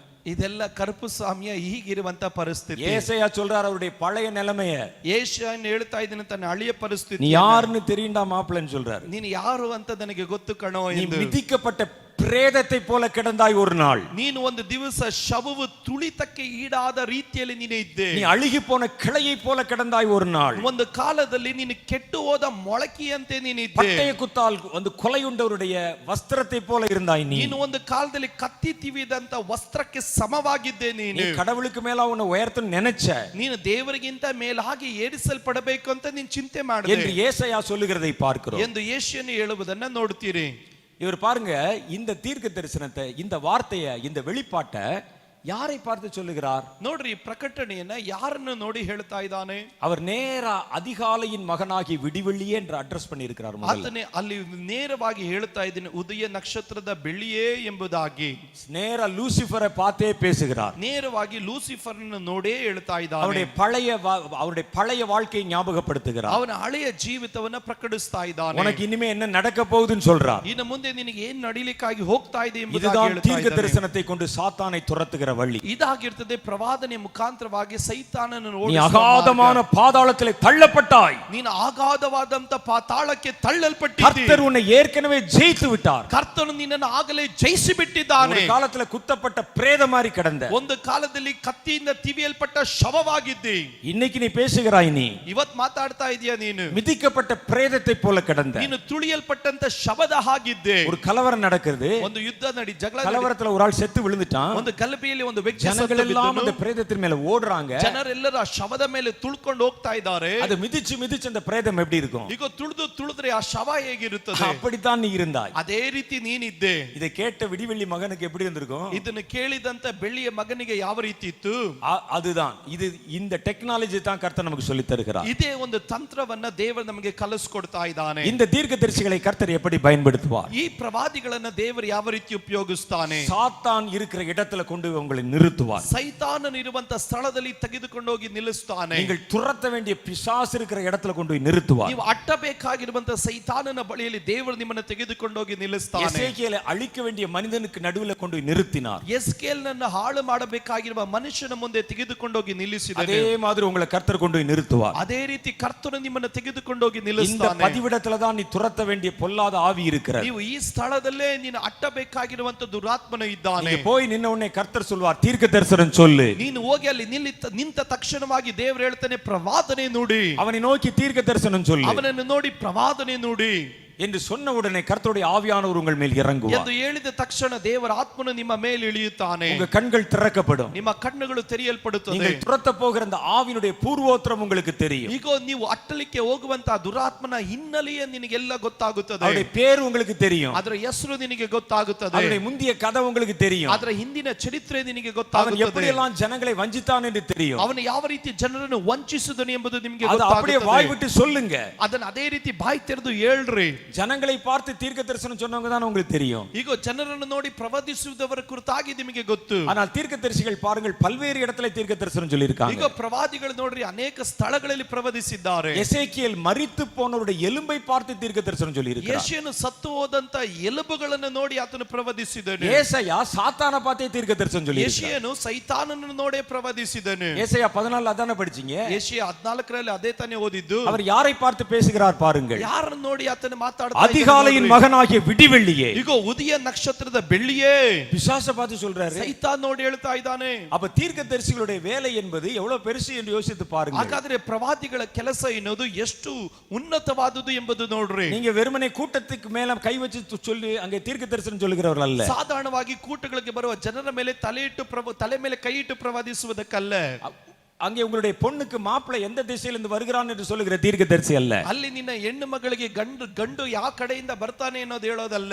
ஒரு கூட்டத்தின் நடுவிலே தங்களை உயர்த்திக் கொள்வதற்கு தீர்க்க தரிசனம் உரைக்கிறவர்கள் அல்ல. ಒಂದು ಕೂಟದಲ್ಲಿ ತಮ್ಮನ್ನು ತಾವು ಹೆಚ್ಚಿಸಿಕೊಳ್ಳುವುದಕ್ಕಾಗಿ ಪ್ರವದಿಸುವುದಲ್ಲ. நீங்கள் அதிகாலையின் மகனாகிய விடிவெள்ளியை நோக்கி தீர்க்க தரிசனம் சொல்றவங்க. ನೀವು ಉದಯ ನಕ್ಷತ್ರವೇ ಬೆಳ್ಳಿ ಅದನ್ನು ನೋಡಿ ನೀವು ಪ್ರವದಿಸುವುದಕ್ಕಾಗಿ. உலர்ந்து போன எலும்பை நோக்கி தீர்க்க தரிசனம் சொல்றவங்க. ಈಗ ಒಣಗಿ ಹೋದಂತ ಎಲುಬುಗಳನ್ನು ನೋಡಿ ಪ್ರವದಿಸುವುದಕ್ಕೆ. துரத்தப்பட வேண்டிய சத்துருவை நோக்கி தீர்க்க தரிசனம் சொல்றவங்க. ಓಡಿಸಬೇಕಾಗಿರುವ ಸೈತಾನನನ್ನು ನೋಡಿ ಪ್ರವದಿಸುವುದಕ್ಕೆ. நீங்க பஞ்சத்துக்கு தீர்க்கதரிசி அல்ல. ನೀವು ಕ್ಷಾಮಕ್ಕುಳ್ಳಂತ ಪ್ರವಾದಿ ಅಲ್ಲ. கர்த்தருடைய சித்தத்தை நிறைவேற்ற போகிற தீர்க்கதரிசிகள். ಕರ್ತನ ಚಿತ್ತವನ್ನು ನೆರವೇರಿಸುವುದಕ್ಕುಳ್ಳ ಪ್ರವಾದಿಗಳು. வாழ்க்கையில பிராக்டிகலா தான் நடக்கும். ಜೀವನದಲ್ಲಿ ಇದೇ ಯಥಾರ್ಥವಾಗಿ ನಡೆಯುವುದು. ஏதோ தீர்க்க தரிசனத்தை வைத்துக்கொண்டு காணிக்கை வாங்குகிறவர்கள் அல்ல. ಏನೋ ಪ್ರವಾದನೆ ಇಟ್ಟುಕೊಂಡು ಕಾಣಿಕೆ ಸಂಪಾದನೆ ಮಾಡೋರಲ್ಲ. பொல்லாத பிசாசுக்கு சாவு மணி அடிக்க புறப்பட்டவர்கள். ದುಷ್ಟನಾದಂತ ಸೈತಾನನಿಗೆ ಸಾವಿನ ಗಂಟೆಯನ್ನು ಬಾರಿಸುವವರು. கர்த்தர் தம்முடைய பட்டயத்தை உன்னுடைய நாவிலே வைப்பார். ಕರ್ತನು ತನ್ನ ಕತ್ತಿಯನ್ನು ನಿನ್ನ ನಾಲಿಗೆ ಒಳಗಡೆ ಇಡುತ್ತಾನೆ. இருபுறமும் கருக்குள்ள பட்டயத்தை போல தீர்க்க தரிசன வார்த்தைகள் உன் வாயிலிருந்து புறப்படும். ಈಗ ನುಣುಪಾದಂತ ಪ್ರಜ್ವಲಿಸುವಂತ ಇಪ್ಪಾಯಿ ಕತ್ತಿಯಾಗಿರುವಂತ ಪ್ರವಾದನೆಗಳು ನಿನ್ನ ನಾಲಿಗೆಯಿಂದ ಹೊರಟು ಬರುತ್ತದೆ. பொல்லாத பிசாசு உன்னை கண்டு நடுங்க ஆரம்பிப்பான். ದುಷ್ಟನಾದ ಸೈತಾನನು ನಿನ್ನನ್ನು ನೋಡಿ ನಡುಗಲಿಕ್ಕಾಗಿ அவன் ಪ್ರಾರಂಭಿಸುತ್ತಾನೆ. ஓடி போவதை தவிர வேறு வழியே அவனுக்கு இல்லை. ಅವನು ಓಡಿ ಹೋಗೋದನ್ನು ಬಿಟ್ಟು ಬೇರೆ ಮಾರ್ಗನೇ ಆತನಿಗಿಲ್ಲ. தீர்க்க தரிசனத்தை கொண்டு சாத்தானை துரத்துறது. ಪ್ರವಾದನೆ ಮುಖಾಂತರ ಸೈತಾನನನ್ನು ಅಟ್ಟುವುದು. அது பிராக்டிகலா எப்படி நடக்கும்? ಅದು ಯಥಾರ್ಥವಾಗಿ ಯಾವ ರೀತಿ ನಡೆಯುತ್ತದೆ? அங்கு துரத்தப்பட வேண்டிய சத்துரு இருக்கிற இடத்துல கர்த்தர் கொண்டு உங்களை நிறுத்தலாம். ಓಡಿಸಬೇಕಾಗಿರುವಂತ ಸ್ಥಳದಲ್ಲಿ ಶತ್ರು ಇರುವ ಸ್ಥಳದಲ್ಲಿ ನಿಮ್ಮನ್ನು ತೆಗೆದುಕೊಂಡು ಹೋಗಿ ನಿಲ್ಲಿಸಬಹುದು. அல்லது துரத்தப்பட வேண்டிய சத்துருவே உன்னை தேடி வரலாம். ಒಂದು ಪಕ್ಷ ಅಟ್ಟಬೇಕಾಗಿರುವಂತ ಶತ್ರು ನಿಮ್ಮನ್ನೇ ಹುಡುಕೊಂಡು ಬರಬಹುದು. யாரோ ஒருத்தன் தீர்க்க தரிசனம் சொல்லி எங்க ஆட்களை எல்லாம் விரட்டுவான். ಯಾರೋ ಒಬ್ಬ ಪ್ರವಾದನೆ ಅಂತ ನನ್ನ ಜನರನ್ನೆಲ್ಲ ಭಯಪಡಿಸ್ತಾ ಇದ್ದಾನೆ. எசேக்கியேலை கர்த்தர் அந்த ஜனங்களுக்கு நடுவிலே கொண்டு போனார். ಈಗ ಎಸ್ಕೇಲ್ನ ದೇವರು ಆ ಜನರ ಮಧ್ಯದಲ್ಲಿ ಕರ್ಕೊಂಡು ಹೋದನು. அப்போஸ்தலர் புத்தகத்திலே பேதுருவின் இடத்துல தான் அனனியா வந்தான். ಆದ್ರೆ ಅಪೊಸ್ತಲರ ಪುಸ್ತಕದಲ್ಲಿ ಪೇತ್ರನ ಬಳಿಯಲ್ಲಿ ಅನನೀಯನು ಬಂದಿದ್ದು. இந்த ரெண்டு மாதிரி உங்களுக்கு நடக்கலாம். ಈ ಎರಡು ರೀತಿ ನಿಮಗೆ ನಡೆಯಬಹುದು. பிசாசு இருக்கிற இடத்துல கர்த்தர் கொண்டு போய் உங்களை நிறுத்தலாம். ಸೈತಾನನಿರುವ ಸ್ಥಳದಲ್ಲಿ ದೇವರು ನಿಮ್ಮನ್ನು ತೆಗೆದುಕೊಂಡು ಹೋಗಿ அல்லது ನಿಲ್ಲಿಸಬಹುದು. பிசாசே நீ இருக்கிற இடத்துக்கு வந்துடலாம். ಇಲ್ಲದಿದ್ರೆ ಸೈತಾನನೇ ನೀನಿರೋ ಸ್ಥಳಕ್ಕೆ எங்க ಬರಬಹುದು. வந்தாலும் ஒரே மெத்தட் தான். ಎಲ್ಲೇ ಬಂದ್ರು ಒಂದೇ ರೀತಿನೇ. நீங்கள் வந்து நின்ற உடனே கர்த்தர் சொல்லுவார். ಅವನು ಬಂದು ನಿಂತ ತಕ್ಷಣ ದೇವರು ನಿನಗೆ ಹೇಳುತ್ತಾನೆ, தீர்க்க தரிசனம் சொல்லு. ಪ್ರವಾದನೆ ನುಡಿ. என் தீர்க்க தரிசியை தீர்க்க தரிசனம் சொல்லு. ಪ್ರವಾದಿಯ ಪ್ರವಾದನೆ ನುಡಿ. உன் வாயை திறந்து தீர்க்க தரிசனம் சொல்லு. ನಿನ್ನ ಬಾಯಿ ತೆರೆದು ಪ್ರವಾದಿಸು.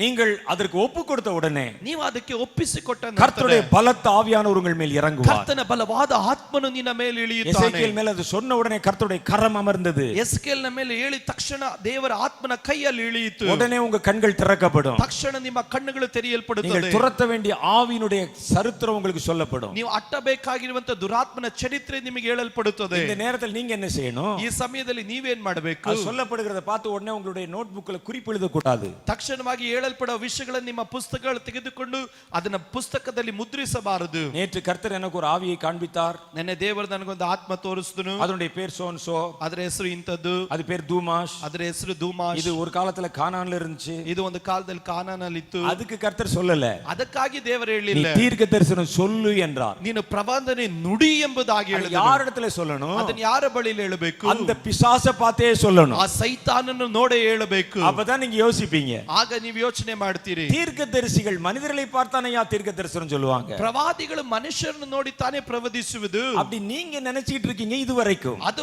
ಆ ರೀತಿ ಇದುವರೆಗೂ ನೀವು ಚಿಂತೆ ಮಾಡ್ತಾ ಇದ್ದೀರಿ. ஏசாயா சாத்தானை நோக்கி தீர்க்க தரிசனம் சொல்லி இருக்கிறார். ಯೆಶಾಯನು ಸೈತಾನನನ್ನು ನೋಡಿ ಪ್ರವದಿಸಿದನು. எசேக்கியேல் எலும்புகளை நோக்கி தீர்க்க தரிசனம் சொல்லி இருக்கிறார். ಎಸ್ಕೇಲನು ಎಲುಬುಗಳನ್ನು ನೋಡಿ ಪ್ರವಾದಿಸಿದನು. எசேக்கியேல் அழிக்கப்பட வேண்டிய மனிதர்களை பார்த்து தீர்க்க தரிசனம் உரைத்திருக்கிறார். ಎಸ್ಕೇಲನು ನಾಶವಾಗಬೇಕಾಗಿರುವ ಮನುಷ್ಯನನ್ನು ನೋಡಿ ಪ್ರವಾದಿಸಿದನು. ஆகவே கர்த்தர் சொன்ன உடனே நீங்க அதை பார்த்து சொல்லணும். ಆದ್ರಿಂದ ಕರ್ತನು ಹೇಳಿದ ತಕ್ಷಣವಾಗಿ ನೀವು ನೋಡಿ ಅದನ್ನು ಹೇಳಬೇಕು. கர்த்தர் நமக்கு அந்த காரியத்தை சொல்றாரு, நம்ம குறிப்பெடுத்து கொண்டு நாளைக்கு கூட்டத்துல போய் சொல்லுவோம் நினைக்க கூடாது. ಕರ್ತನು ನನಗೀಗ ಒಂದು ವಿಷಯ ಹೇಳಿದ್ದಾನೆ, ಅದನ್ನೆಲ್ಲ ಬರೆದಿಟ್ಕೊಂಡು ನಾಳೆ ಕೂಟದಲ್ಲಿ ಹೇಳೋಣ ಅಂತ ನೀವು ಚಿಂತೆ ಮಾಡಬಾರದು. அந்த தீர்க்க தரிசனம், அந்த வார்த்தை அந்த பிசாசுக்குரியது. ಆ ಪ್ರವಾದನೆ ಮಾತುಗಳು ಅಲ್ಲಿರುವ ದುರಾತ್ಮನುಗುಳ್ಳದ್ದು. அதன் மேலே பயன்படுத்துவதுக்குரியது. ಅದರ ಮೇಲೆ ಉಪಯೋಗಿಸುವುದಕ್ಕುಳ್ಳದ್ದು. அதை பார்த்தே சொல்லுங்க. ಅದನ್ನು ನೋಡೇ ಹೇಳ್ರಿ. அதிகாலையின் மகனாகிய விடிவெள்ளியே, ಈಗ ಉದಯ ನಕ್ಷತ್ರವೇ, ಬೆಳ್ಳಿಯೇ, அல்லது பொல்லாத ஆவியாகிய கானானிய ஆவியாகிய தூமாஷ், ಇಲ್ಲದಿದ್ರೆ ದುರಾತ್ಮನಾಗಿರುವಂತ ಕಾನಾನಿಯ ಶಕ್ತಿಯಾಗಿರುವ ಧೂಮಾಶನೇ, யார் என்று எனக்கு தெரியும். ನೀನು ಯಾರು ಎಂಬುದಾಗಿ ನನಗೆ ಗೊತ್ತು. கானானிலே நீ என்னென்ன செய்தாய் என்று எனக்கு தெரியும். ಕಾನಾನಲ್ಲಿ ಏನೆಲ್ಲ ಮಾಡಿದ್ಯಾ ಎಂಬುದು ಗೊತ್ತು. அவனுடைய பழைய கதை சொல்லி முடிச்ச உடனே ಆತನ ಹಳೆಯ ಕಥೆ ಹೇಳಿದ ತಕ್ಷಣ அவன் அப்பவே நடுங்க ஆரம்பிச்சிருவான். ಅವನ ಆಗ್ಲೇ ನಡುಕ್ತಾನೆ. அடுத்து அதற்கு என்ன செய்யப்பட போகிறது என்று கர்த்தர் உங்களுக்கு வெளிப்படுத்துவார். ಮುಂದೆ ಅದು ಏನ್ ಮಾಡಲಿಕ್ಕಾಗಿ ಹೋಗುತ್ತದೆ, ಅವನಿಗೆ ಆಗುತ್ತದೆ ಎಂದು ದೇವರು ಪ್ರಕಟಿಸುತ್ತಾನೆ. கர்த்தருடைய சட்டையை முறிக்க போகிறார். ಕರ್ತನ ಅದರ ರೆಕ್ಕೆಯನ್ನು ಮುರಿಲಿಕ್ಕೆ ಹೋಗ್ತಾನೆ. கர்த்தர் தம்முடைய சுவாசத்தினாலே உன்னை எரிந்து போக பண்ண போகிறார். ದೇವರು ತನ್ನ ಶ್ವಾಸದಿಂದ ನಿನ್ನನ್ನು ಸುಡಲಿಕ್ಕೆ ಹೋಗ್ತಾನೆ. நரகத்திலே பாதாளத்திலே இந்த அறையிலே நீ கட்டப்பட போகிறாய். ನರಕದಲ್ಲಿ ಪಾತಾಳದಲ್ಲಿ ಇಂತ ಒಂದು ಕೋಣೆಯಲ್ಲಿ ನೀನು ಕಟ್ಟಲ್ಪಡಲಿಕ್ಕೆ உனக்கு இவ்விதமான தண்டனை வைக்கப்பட்டிருக்கிறது. ಈ ರೀತಿಯಾದ ದಂಡನೆಗಳು ಇಡಲ್ಪಟ್ಟಿದೆ. இந்த ரெண்டும் வந்த உடனே ಈ ಎರಡು ಒಟ್ಟಾಗಿ ಬಂದ್ರೆ துரத்தப்பட வேண்டிய சத்துரு துரத்தப்பட்டு ஓடி விடுவார். ಓಡಿಸಬೇಕಾಗಿರುವಂತ ಶತ್ರುವಾದವನು ಅವನು ಓಡಿ ಹೋಗ್ತಾನೆ. இவன் இனிமேல் அவன் அந்த இடத்துல இல்ல. ಅವನು ಆ ಸ್ಥಳದಲ್ಲಿ ಇಲ್ವೇ ಇಲ್ಲ. அனனியாவை அப்படித்தான் துரத்துனாங்க. ಅನನೀಯನನ್ನು ಅದೇ ರೀತಿ ಓಡಿಸಿದ್ದು. பெலத்தியாவை அப்படித்தான் துரத்துனாங்க. பெலித்தியನನ್ನು ಆ ರೀತಿನೇ ಓಡಿಸಿತ್ತು. ஆகவே கர்த்தர் இந்த புதிய யுத்த முறையை கற்பிக்கிற ஒரு புது கூட்டம் தீர்க்கதரிசிகளை எழுப்புகிறார். ಆದ್ರಿಂದ ಕರ್ತನು ಒಂದು ಗುಂಪಿನ ಯುದ್ಧದ ಪ್ರವಾದಿಗಳನ್ನು ಹೊಸ ಬಗೆಯನ್ನು ತಿಳಿಸುವುದಕ್ಕಾಗಿ ದೇವರು ಎಬ್ಬಿಸ್ತಾ ಇದ್ದಾನೆ. நான் சொன்னது இதுவரைக்கும் உங்களுக்கு அர்த்தமாயிருச்சு, புரிஞ்சா? ನಾನು ಹೇಳಿದ್ದು ನಿಮಗೆ ಅರ್ಥವಾಯಿತಾ? அது எப்படி துரத்துவாங்கன்னு தெரிஞ்சிருச்சா? ಯಾವ ರೀತಿ ಓಡಿಸೋದು ಗೊತ್ತಾಯ್ತಾ? உங்களில் சிலரை கர்த்தர் ஏதாவது சமயங்கள்ல இது மாதிரி பயன்படுத்தி இருப்பார். ದೇವರು ನಿಮ್ಮಲ್ಲಿರುವಂತ ಕೆಲವರನ್ನ ಈ ರೀತಿಯಾಗಿ ಯಾವುದಾದ್ರೂ ಒಂದು ಸಮಯದಲ್ಲಿ ಉಪಯೋಗಿಸಿರಬಹುದು. உங்களை ஆவியில எங்கேயாவது எடுத்து கொண்டு போயிருக்கலாம். ನಿಮ್ಮ ಆತ್ಮದಲ್ಲಿ ಎಲ್ಲಾದ್ರೂ ಕರ್ಕೊಂಡು ಹೋಗಿರಬಹುದು. அல்லது உங்களை நேராவே அந்த இடத்துக்கு வாடான்னு சொல்லி இருக்கலாம். ಇಲ್ಲದಿದ್ರೆ ನೇರವಾಗಿ ಆ ಸ್ಥಳದಲ್ಲಿ ಬಾ ಎಂದು ಕರೆದಿರಬಹುದು. நீங்கள் அங்க போய் நின்ற பொழுது, ನೀವು ಅಲ್ಲಿ ಹೋಗಿ ನಿಂತಾಗ கர்த்தர் அங்கிருந்த பொல்லாத ஆவிகளை குறித்த காரியத்தை உங்களுக்கு வெளிப்படுத்தி இருக்கலாம். ಕರ್ತನಲ್ಲಿ ಇರುವಂತ ಎಲ್ಲ ದುರಾತ್ಮಗಳ ವಿಷಯವಾಗಿ ನಿಮಗೆ ಪ್ರಕಟಿಸಿರಬಹುದು. அப்படி வெளிப்படுத்தின உடனே நீங்க பாதியில கட் பண்ணிட்டு என்ன செய்வீங்க தெரியுமா? ನೀವು ಅದನ್ನು ಪ್ರಕಟಿಸಿದ ತಕ್ಷಣವಾಗಿ ಅರ್ಧದಲ್ಲಿ ಅದನ್ನು ಕಟ್ ಮಾಡಿ ನೀವು ಮಾಡುವುದೇನು? அந்த ஆவிகளை துரத்த ஜெபம் பண்ண ஆரம்பிச்சிருவீங்க. ಆ ಆತ್ಮಗಳನ್ನು ಓಡಿಸುವುದಕ್ಕಾಗಿ ನೀವು ಪ್ರಾರ್ಥಿಸುವುದಕ್ಕಾಗಿ ಪ್ರಾರಂಭಿಸ್ತೀರಿ. ஆனால் இந்த தீர்க்கதரிசிகள் அப்படி செய்வதல்ல. ಆದರೆ ಈ ಪ್ರವಾದಿಗಳು ಆ ರೀತಿ ಮಾಡಲ್ಲ. அந்த ஆவிகளுக்கு இனி என்ன சம்பவிக்க போகிறது என்ற தீர்க்க தரிசனத்தை உரைக்கிறாங்க. ಆ ದುರಾತ್ಮಗಳಿಗೆ ಮುಂದೆ ಏನ್ ಸಂಭವಿಸಲಿಕ್ಕಾಗಿ ಹೋಗುತ್ತದೆ ಎಂದು ಪ್ರವಾದಿಸ್ತೀರ. அது உரைக்கப்பட்ட உடனே அது ஓடி போய் விடுகிறது. ಆ ಪ್ರವಾದನೆ ನುಡಿದ ತಕ್ಷಣ ಅದು ಓಡಿ ಹೋಗುತ್ತದೆ. எல்லா பிரச்சனைக்கும் ஜெபம் மாத்திரம் தீர்வு நினைச்சிராதீங்க. ಎಲ್ಲಾ ತೊಂದರೆಗಳಿಗೂ ಪ್ರಾರ್ಥನೆ ಪರಿಹಾರ ಅಂತ ಚಿಂತೆ ಮಾಡಬೇಡಿ. கர்த்தர் ஒவ்வொன்றுக்கு ஒவ்வொரு காரியத்தை வைத்திருக்கிறார். ದೇವರು ಒಂದೊಂದಕ್ಕೆ ಒಂದೊಂದು ಬಗೆಯನ್ನು ಇಟ್ಟಿದ್ದಾನೆ. எருசலேமின் தீமை அழிக்கும்படிக்கு கர்த்தர் அவரை போய் எசேக்கியேலை ஜெபிக்க சொல்லல. ಯೆರೂಸಲೇಮಿನಲ್ಲಿ ಇರುವಂತ ಕೆಟ್ಟತನವನ್ನ ನಾಶಪಡಿಸುವುದಕ್ಕಾಗಿ ಅವரை ಪ್ರಾರ್ಥಿಸು ಅಂತ ಹೇಳಿಲ್ಲ. அவரை தீர்க்க தரிசனம் உரைக்கத்தான் சொன்னார். ಅಲ್ಲಿ ಪ್ರವದಿಸು ಎಂಬುದಾಗಿ ಹೇಳಿದನು. அப்ப நமக்கு அடிக்கடி ஜெபத்தை பற்றியே சொல்லி கொடுத்திருக்கிறனால, ಹಾಗಾದ್ರೆ ಮಧ್ಯ ಮಧ್ಯದಲ್ಲಿ ನಮಗೆ ಪ್ರಾರ್ಥನೆ ಕುರಿತಾಗಿ ಹೇಳಿಕೊಡಲ್ಪಟ್ಟಿರೋದ್ರಿಂದ இந்த தீர்க்கதரிசிகள் ஒரு தவறை செய்து விடுவதற்கு வாய்ப்பு இருக்கிறது. ಈ ಪ್ರವಾದಿಗಳು ಒಂದು ತಪ್ಪು ಮಾಡೋದಕ್ಕೆ ಅವಕಾಶ ಉಂಟು. கர்த்தர் என்னை கூப்பிடுறாருன்னு வச்சுக்கங்க. ಕರ್ತನು ನನ್ನನ್ನು ಕರೆದನು ಅಂತ ತಿಳಿದುಕೊಳ್ಳ್ರಿ. நீ ஒரு குறிப்பிட்ட இடத்துக்கு வான்னு சொல்றாரு. ನೀನು ಇಂಥ ಸ್ಥಳಕ್ಕೆ ನೀನು ಬಾ ಎಂದು. எருசலேமுக்கு வாயா அப்படின்னு சொல்றாரு. ಯೆರೂಸಲೇಮಿಗೆ ಬಾಪ. நான் உடனே அங்க போறேன். ನಾನು ಅಲ್ಲಿಗೆ ಹೋದೆ. இங்க நல்லா ஜெபம் பண்ணு. ಚೆನ್ನಾಗಿ ಪ್ರಾರ್ಥಿಸು. இந்த குறிப்பிட்ட இடத்துல நின்று நீ ஜெபம் பண்ணு. ಈ ಸ್ಥಳದಲ್ಲಿ ನೀನು ನಿಂತು ಪ್ರಾರ್ಥಿಸು. இங்கே ஒரு பொல்லாத ஆவி இருக்கிறது. ಇಲ್ಲೊಂದು ದುರಾತ್ಮನಿದ್ದಾನೆ. அதை துரத்தத்தான் கொண்டு வந்திருக்கிறேன். ಅದನ್ನು ಓಡಿಸೋದಕ್ಕಾಗಿ ಕರೆ ತಂದಿದ್ದೀನಿ. நான் நின்று அந்த இடத்துல போய் நிக்கிறேன். ನಾನು ಹೋಗಿ ಆ ಸ್ಥಳದಲ್ಲಿ ನಿಂತೆ.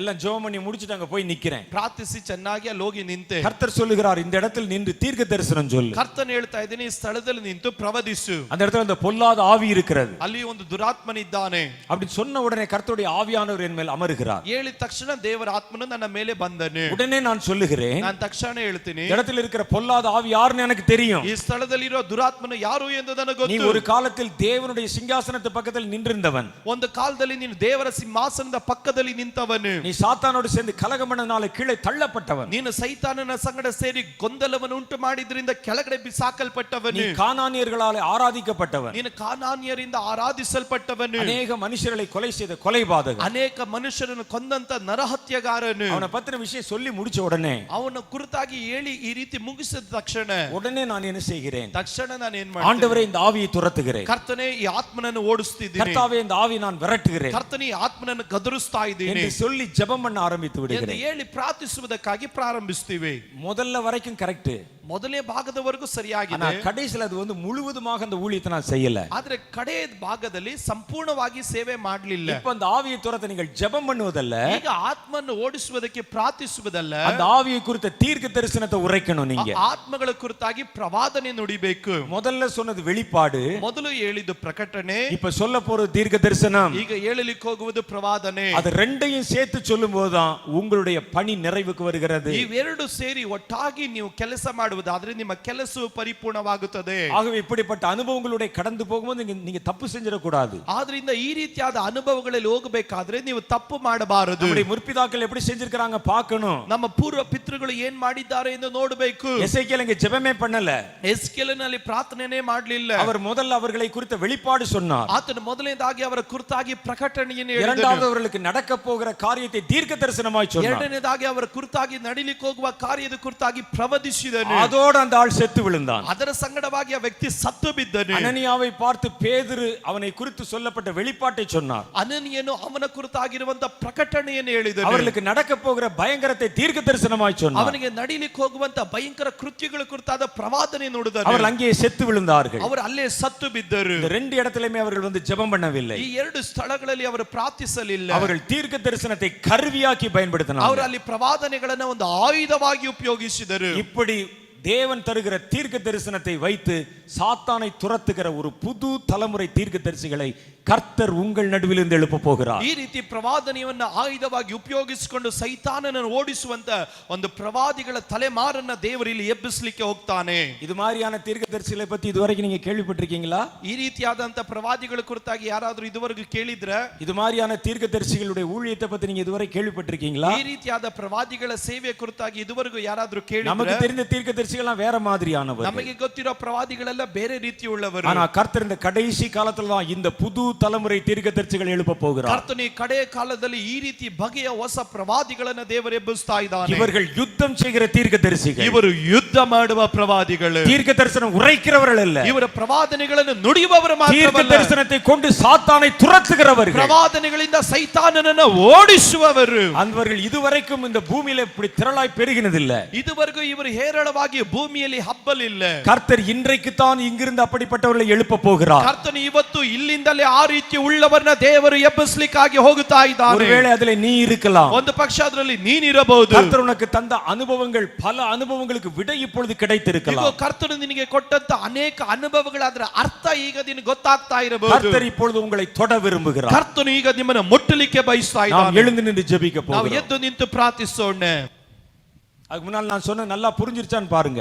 ಮೊದಲು ನಾನು ಹೇಳಿದ್ದು ಚೆನ್ನಾಗಿ ಅರ್ಥ ಆಯ್ತಾ ಅಂತ ನೋಡ್ರಿ. நான் இப்பொழுது சொல்லுகிற இந்த வரங்கள் இந்த அழைப்புகள் பற்றிலாம் மேலோட்டமா தான் சொல்லிட்டு வர்றேன். ನಾನೀಗ ಹೇಳ್ತಿರುವಂತ ಈ ಕರೆಯ ಕುರಿತಾದಂತ ಭಾಗಗಳು ಮೇಲ್ಭಾಗದಲ್ಲಿ ಮಾತ್ರ ಹೇಳ್ಕೊಂಡು ಬರ್ತಾ அந்தந்த ಇದ್ದೀನಿ. அழைப்பு பெற்றவர்களை கண்டுபிடித்தவர்களை தனியாய் அழைத்து கூட்டங்கள் நடத்துவோம். ಈಗ ಆ ರೀತಿ ಉಳ್ಳಂತ ಕರೆಯುಳ್ಳವರನ್ನ ನಾವು ವಿಶೇಷವಾಗಿ ಪ್ರತ್ಯೇಕವಾಗಿ ಕರೆದು ಅವರಿಗಾಗಿ ಕೂಟಗಳನ್ನು அப்பதான் இதை குறித்து இன்னும் மேலதிகமான விவரங்கள் உங்களுக்கு சொல்லி கொடுக்கப்படும். ಆಗ ಮಾತ್ರ ಇದರ ಕುರಿತಾದಂತ ಹೆಚ್ಚಾದ ಮಾಹಿತಿಗಳು ನಿಮಗೆ ತಿಳಿಸಲ್ಪಡುತ್ತದೆ. முதல்ல நல்லா புரிஞ்சிருச்சான்னு பாருங்க. ಮೊದಲು ಚೆನ್ನಾಗಿ ಅರ್ಥ ಆಯ್ತಾ ಅಂತ ನೋಡ್ರಿ.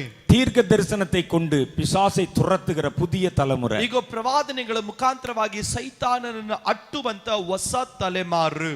எங்கேயோ ஒரு எசேக்கியேல், ಎಲ್ಲೋ ಒಬ್ಬ ಎಸೆಕೇಲನು, எங்கேயோ ஒரு ஏசாயா, ಎಲ್ಲೋ ಒಬ್ಬ ಯೆಶಾಯನು, எங்கேயோ ஒரு பேதுரு, ಎಲ್ಲೋ ಒಬ್ಬ ಪೇತ್ರನು உங்களுக்கு முன் அடிகளை வைப்பதற்காக அவங்களை கர்த்தர் பயன்படுத்தி ಈಗ வச்சிருக்கார். ನಿಮ್ಮ ಮುಂದೆ ಹೆಜ್ಜೆ ಗುರುತುಗಳನ್ನು ಇಡುವುದಕ್ಕಾಗಿ ದೇವರು ನಿಮ್ಮ ಮುಂದೆ ಅವರನ್ನು ಹಾದು ಬಿಟ್ಟನು. நீங்கள் அது வேதவசன ஆதாரத்தோடு நம்ப வேண்டும் என்பதற்காக அவங்களை கர்த்தர் அப்படி பயன்படுத்தி ಈಗ இருக்கிறார். ದೇವರ ವಾಕ್ಯದ ಆಧಾರದಲ್ಲಿ ಜನರು ನಂಬಬೇಕು ಎಂಬುದಾಗಿ ದೇವರು ಅವರನ್ನು ಉಪಯೋಗಿಸಿದನು.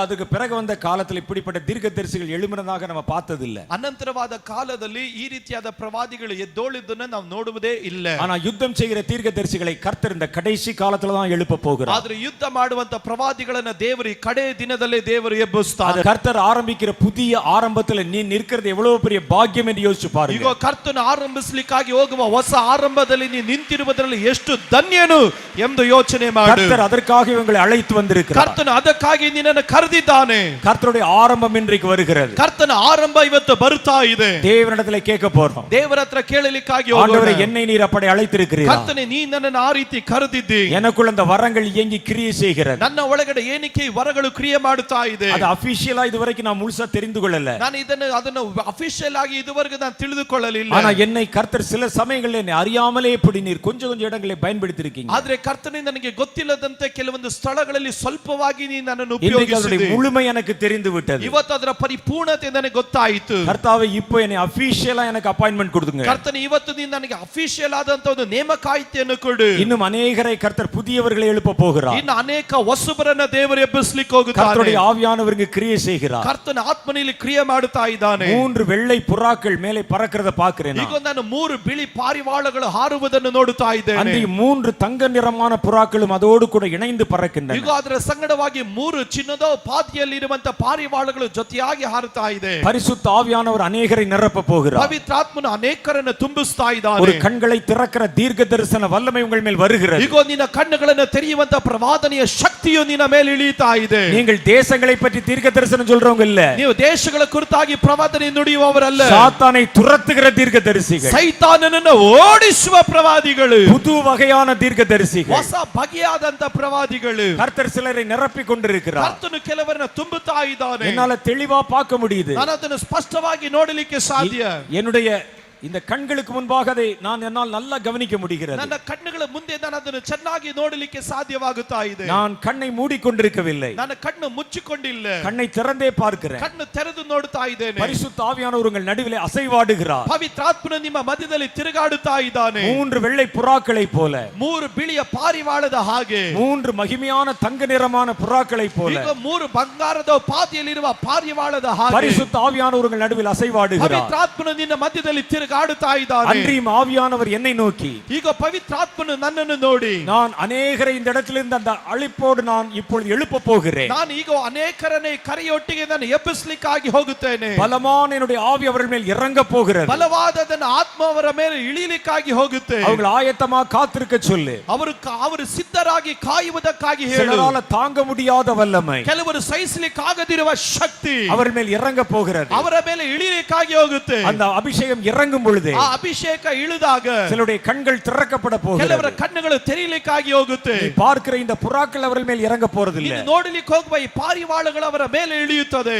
அது அவர்கள் மேல் இறங்க போகிறது இல்ல. ಅದು ಅವರ ಮೇಲೆ ಇಳಿಯಲಿಕ್ಕೆ ಹೋಗುವುದಿಲ್ಲ. என்னுடைய கரம் அவர்கள் மேல் இறங்க போகிறது. ನನ್ನ ಕೈ ಅವರ ಮೇಲೆ ಇಳಿಯಲಿಕ್ಕೆ ಹೋಗುತ್ತೆ. என் கை அவர்கள் மேல் இறங்க ನನ್ನ போகிறது. ಕೈ ಅವರ ಮೇಲೆ ಇಳಿಯುತ್ತೆ. அது இனிமேல் தான் இந்த இடத்துல வெளிப்பட போகிறது. ಅದು ಇನ್ನು ಮುಂದೆ ಇಲ್ಲಿ ಪ್ರಕಟವಾಗಲಿಕ್ಕಾಗಿ ಹೋಗುತ್ತದೆ. இங்கே பறந்து கொண்டிருக்கிற இந்த புறாக்கள் ಈಗ ಹಾರುತ್ತಾ ಇದೆ ಪಾರಿವಾಳಗಳು. இப்பொழுது அவர்களை ஆயத்தப்படுத்திக் ಈಗ கொண்டிருக்கிறது. ಅವರನ್ನು ಈಗ ಸಿದ್ಧಪಡಿಸುತ್ತಾ ಇದೆ. கர்த்தர் சொல்லுகிறார், ಕರ್ತನು ಹೇಳುತ್ತಾ ಇದ್ದಾನೆ, உங்கள் இருதயத்தை திருப்புங்கள், ನಿನ್ನ ಹೃದಯವನ್ನು ತಿರುಗಿಸಿಕೊ, நான் உன்னை தொட ನಾನು விரும்புகிறேன், ನಿನ್ನನ್ನು ಮುಟ್ಟಲಿಕ್ಕಾಗಿ ಬಯಸುತ್ತೇನೆ, என் கரம் உன் மேல் அமர ನನ್ನ விரும்புகிறது. ಕರ ನಿನ್ನ ಮೇಲೆ ಇಳಿದು ಬರಲಿಕ್ಕಾಗಿ ಬಯಸುತ್ತದೆ. எசேக்கியேல் மேல் அமர்ந்ததை போல, ಎಸ್ಕೇಲ್ನ ಮೇಲೆ ಇಳಿದ ಹಾಗೆ, எசேக்கியேல் மேல் அமர்ந்ததை போல, ಎಸ್ಕೇಲ್ನ ಮೇಲೆ ಇಳಿದ ಹಾಗೆ அக்னிமயமான என் கை ಈಗ ಅಗ್ನಿಮಯವಾದ ನನ್ನ ಕೈ உங்களில் அநேகருடைய தலையை தொட போகிறது. ನಿಮ್ಮ ಅನೇಕರ ತಲೆಯನ್ನು ಮುಟ್ಟಲಿಕ್ಕಾಗಿ ಹೋಗುತ್ತೆ.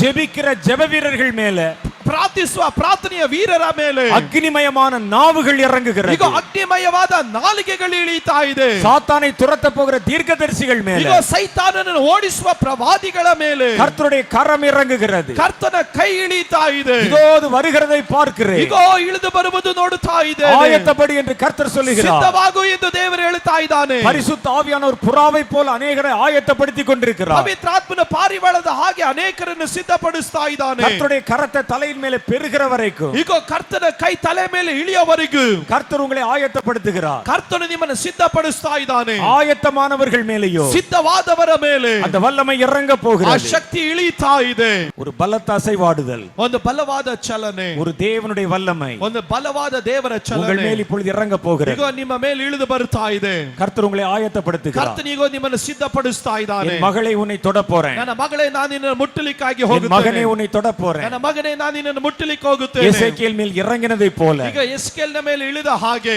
புது தலைமுறை தீர்க்கதரிசிகளை எழுப்பும்படி ಈಗ ಹೊಸ ತಲೆಮಾರುಗಳು ಪ್ರವಾದಿಗಳು ಹೇಳುವ ಹಾಗೆ என் கரம் அவர்கள் மேல் அமர போகிறது. ನನ್ನ ಕರ ಅವರ ಮೇಲೆ ಇಳಿಲಿಕ್ಕಾಗಿ ಹೋಗುತ್ತೆ. இறங்கட்டும் அந்த வல்லமை. ಇಳಿಯಲಿಯ ಬಲ. இதோ இந்த கையை நான் பார்க்கிறேன், ಈಗ ಆ ಕೈಯನ್ನು ನೋಡುತ್ತಾ ಇದ್ದೇನೆ. அது வானத்தின் கீழ்ப்பகுதியிலிருந்து மேல் நோக்கி எழும்புகிற சூரியனை போல எழும்புகிறது. ಈಗ ಇದು ಆಕಾಶದಿಂದ ಕೆಳಗಡೆ ಇಳಿದು ಬರುವಂತ ಒಂದು ಬಿರುಗಾಳಿಯಾಗೆ ಇದೆ. அதில் உயர்த்தப்பட்ட கர்த்தருடைய 5 விரல்கள் இருக்கிறது. ಈಗ ಅದರ ಮೇಲೆ ಏಳಲ್ಪಟ್ಟಂತ ಕರ್ತನ 5 ಬೆರಳುಗಳು ಉಂಟು. அது நெருப்பை போல காணப்படுகிறது. ಅದು ಬೆಂಕಿಯ ಹಾಗೆ ಕಾಣಲ್ಪಡುತ್ತಾ ಇದೆ. நான் உன்னை தொட போகிறேன், ನಾನು ನಿನ್ನನ್ನು ಮುಟ್ಟಲಿಕ್ಕೆ ಹೋಗುತ್ತೇನೆ. வருகிறது அந்த வல்லமை, ಬರ್ತಾ ಇದೆ ಬಲ. வருகிறது அந்த வல்லமை, ಬರ್ತಾ ಇದೆ ಬಲ. வருகிறது அந்த வல்லமை. ಬರ್ತಾ ಇದೆ ಬಲ. பெற்றுக்கொள், ಹೊಂದಿಕೋ, விட்டுறாத. ಬಿಡಬೇಡ. இன்றைக்கு உன்னுடைய நாள். ಈ ದಿನ ನಿನ್ನ ದಿನ. புதிய தலைமுறையை எழும்பு. ಹೊಸ ತಲೆಮಾರೆ ಏಳು. கர்த்தர் தலையின் மேல் கையை வைக்கிறார். ಕರ್ತನು ನಿನ್ನ ತಲೆ ಮೇಲೆ ಕೈ ಇಡ್ತಾ ಇದ್ದಾನೆ. பலரால நிக்க முடியல, ಅನೇಕರಿಂದ ನಿಲ್ಲಲಿಕ್ಕೆ ಆಗ್ತಾ ಇಲ್ಲ. பலருடைய சரீரம் கீழே விழுகிறது. ಅನೇಕರ ಶರೀರ ಕೆಳಗಡೆ ಬೀಳುತ್ತಾ ಇದೆ. இன்னும் வல்லமை வருகிறது, ಇನ್ನ ಶಕ್ತಿ ಬರುತ್ತಾ ಇದೆ. இன்னும் வல்லமை வருகிறது. ಇನ್ನ ಶಕ್ತಿ ಬರುತ್ತಾ ಇದೆ. இது ஒரு புது தலைமுறை, ಒಂದು ಹೊಸ ತಲೆಮಾರು. இது ஒரு ಯೌವನ சந்ததி. ಒಂದು ಇದು ಯೌವನ ತಲೆಮಾರು. உங்கள் கண்கள் காண இன்றைக்கு அது இந்த ஸ்தலத்திலே பிறக்கிறது. ನಿನ್ನ ಕಣ್ಣುಗಳು ಕಾಣತಕ್ಕಂತ ಈ ಸ್ಥಳದಲ್ಲಿ ಅದು ಹುಟ್ಟುತ್ತಾ ಇದೆ. இறங்கட்டும் அந்த வல்லமை. ಇಳಿಯಲಿಯ ಬಲ. அந்த வல்லமை இறங்கும் பொழுது ಆ ಬಲ ಇಳಿಯಬೇಕಾದರೆ ஒரு பலத்த அடையாளம் உனக்குள் ಒಂದು வருகிறது. ಬಲವಾದ ಗುರುತು ನಿನ್ನ ಮೇಲೆ ಬರುತ್ತಾ ಇದೆ. சிலருடைய கண்கள் திறக்கப்பட போகிறது, ಕೆಲವರ ಕಣ್ಣು ತೆರೆಯಲ್ಪಡಲಿಕ್ಕೆ ಹೋಗುತ್ತದೆ. சிலருடைய கண்களில் தரிசனம் தெரிய போகிறது. ಕೆಲವರ ಕಣ್ಣುಗಳಲ್ಲಿ ದರ್ಶನ ಕಾಣುತ್ತದೆ. கர்த்தருடைய கை உங்களை நோக்கி நீட்டப்படுகிறது. ಕರ್ತನ ಕೈ ನಿನ್ನನ್ನು ನೋಡಿ ಚಾಚಲ್ಪಡುತ್ತಾ ಇದೆ. பெற்றுக்கொள்ளுங்க அந்த வல்லமையை. ಹೊಂದಿಕೋ ಬಲವನ್ನ. கர்த்தர் இங்குதான் நிற்கிறார். ಕರ್ತನು ಇಲ್ಲೇ ನಿಂತಿದ್ದಾನೆ. பலத்த கை உன் மேல் வருகிறது. ಈಗ ಬಲವಾದ ಕೈ ನಿನ್ನ ಮೇಲೆ ಬರುತ್ತಾ ಇದೆ. தீர்க்க தரிசன தலைமுறையே, ಪ್ರವಾದನೆಯ ತಲೆಮಾರೆ எழும்பு, ಏಳು, எழும்பு, ಏಳು, எழும்பு. ಏಳು. இதோ கர்த்தரை தொடுகிறார். ಕರ್ತನು ನಿನ್ನನ್ನು ಮುಟ್ಟುತ್ತಾ ಇದ್ದಾನೆ. அன்பானவர்களே, நீங்கள் கேட்ட இந்த செய்தி உண்மையிலேயே உங்களுக்கு பயனுள்ளதாக இருந்திருக்கும். நம்ம வெளித்தோற்றத்திலே பார்க்கிற சத்தியம், சமாதானம், சுவிசேஷம், வேத வசனம் போன்ற காரியங்கள் வேறொரு விதத்தில் ஆயுதமாக பயன்படுத்தப்படுகிறது. இதெல்லாம் ஒரு ஆவிக்குரிய ஆயுதம். இதை எப்படி பயன்படுத்தணும், எங்கே பயன்படுத்தணும், அதை கொண்டு நாம் எப்படி சாத்தானை எதிர்க்கணும், சாத்தான் நம்மை எதிர்க்கும்போது அவனிடத்திலிருந்து எப்படி நம்மை பாதுகாத்து கொள்ளணும் என்ற ஒரு ஆழமான செய்தியை நம்ம கேட்டோம். இந்த செய்தியை கேட்கிறதோடு மாத்திரம் நீங்கள் நின்று விடக்கூடாது. இதை மற்றவர்களுக்கு நீங்கள் அறிமுகப்படுத்தணும். தொடர்ந்து இந்த வேதத்தில் இது சார்ந்த பகுதிகளை ஆழமாக நீங்கள் வாசித்து பார்க்கணும். அப்போ கர்த்தர் இன்னும் மேலதிகமான பல விவரங்களை உங்களோடு கூட வெளிப்படுத்தி பேசுவார். வழக்கம் போல நீங்கள் கேட்ட இந்த செய்தி உங்களுக்கு பயன்பட்ட விதத்தை குறித்தும் நீங்கள் அதில் பெற்றுக்கொண்ட நன்மைகளை குறித்தும் எங்களுக்கு எழுதி அனுப்ப தவறாதீர்கள். கமெண்ட் பாக்ஸில் போடுறதோடு கூட நிறுத்தி விடாதீர்கள். கமெண்ட் பாக்ஸ் என்பது நம்முடைய நிகழ்ச்சி நடத்தப்படுகிற நாளில் மாத்திரம்தான் அது திறந்து வைக்கப்பட்டிருக்கும். மற்ற நாட்களில் அதை அடைத்து வைத்து விடுவார்கள். அதனால் நீங்கள் இந்த வார்த்தையின் மூலம் கற்றுக்கொண்ட காரியங்கள், பெற்றுக்கொண்ட அனுபவங்களை கீழ்காணும் நம்முடைய முகவரிகளோடு தொடர்பு கொண்டு இமெயில் வழியாகவோ அல்லது தொலைபேசியின் வழியாகவோ நீங்கள் எங்களுக்கு அறிவிக்கலாம், தெரிவிக்கலாம். அது நாங்கள் உங்களுக்கு தொடர்ந்து ஜெபிக்கவும் உங்களுடைய சந்தேகங்களுக்கு அடுத்தடுத்த நிகழ்ச்சிகளில் விளக்கம் கொடுக்கவும் எங்களுக்கு பயனுள்ளதாக இருக்கும். தொடர்ந்து கர்த்தருடைய வருகைக்கு ஆயத்தப்படுங்க. மாரநாதா, கர்த்தர் வருகிறார். ஆமென்.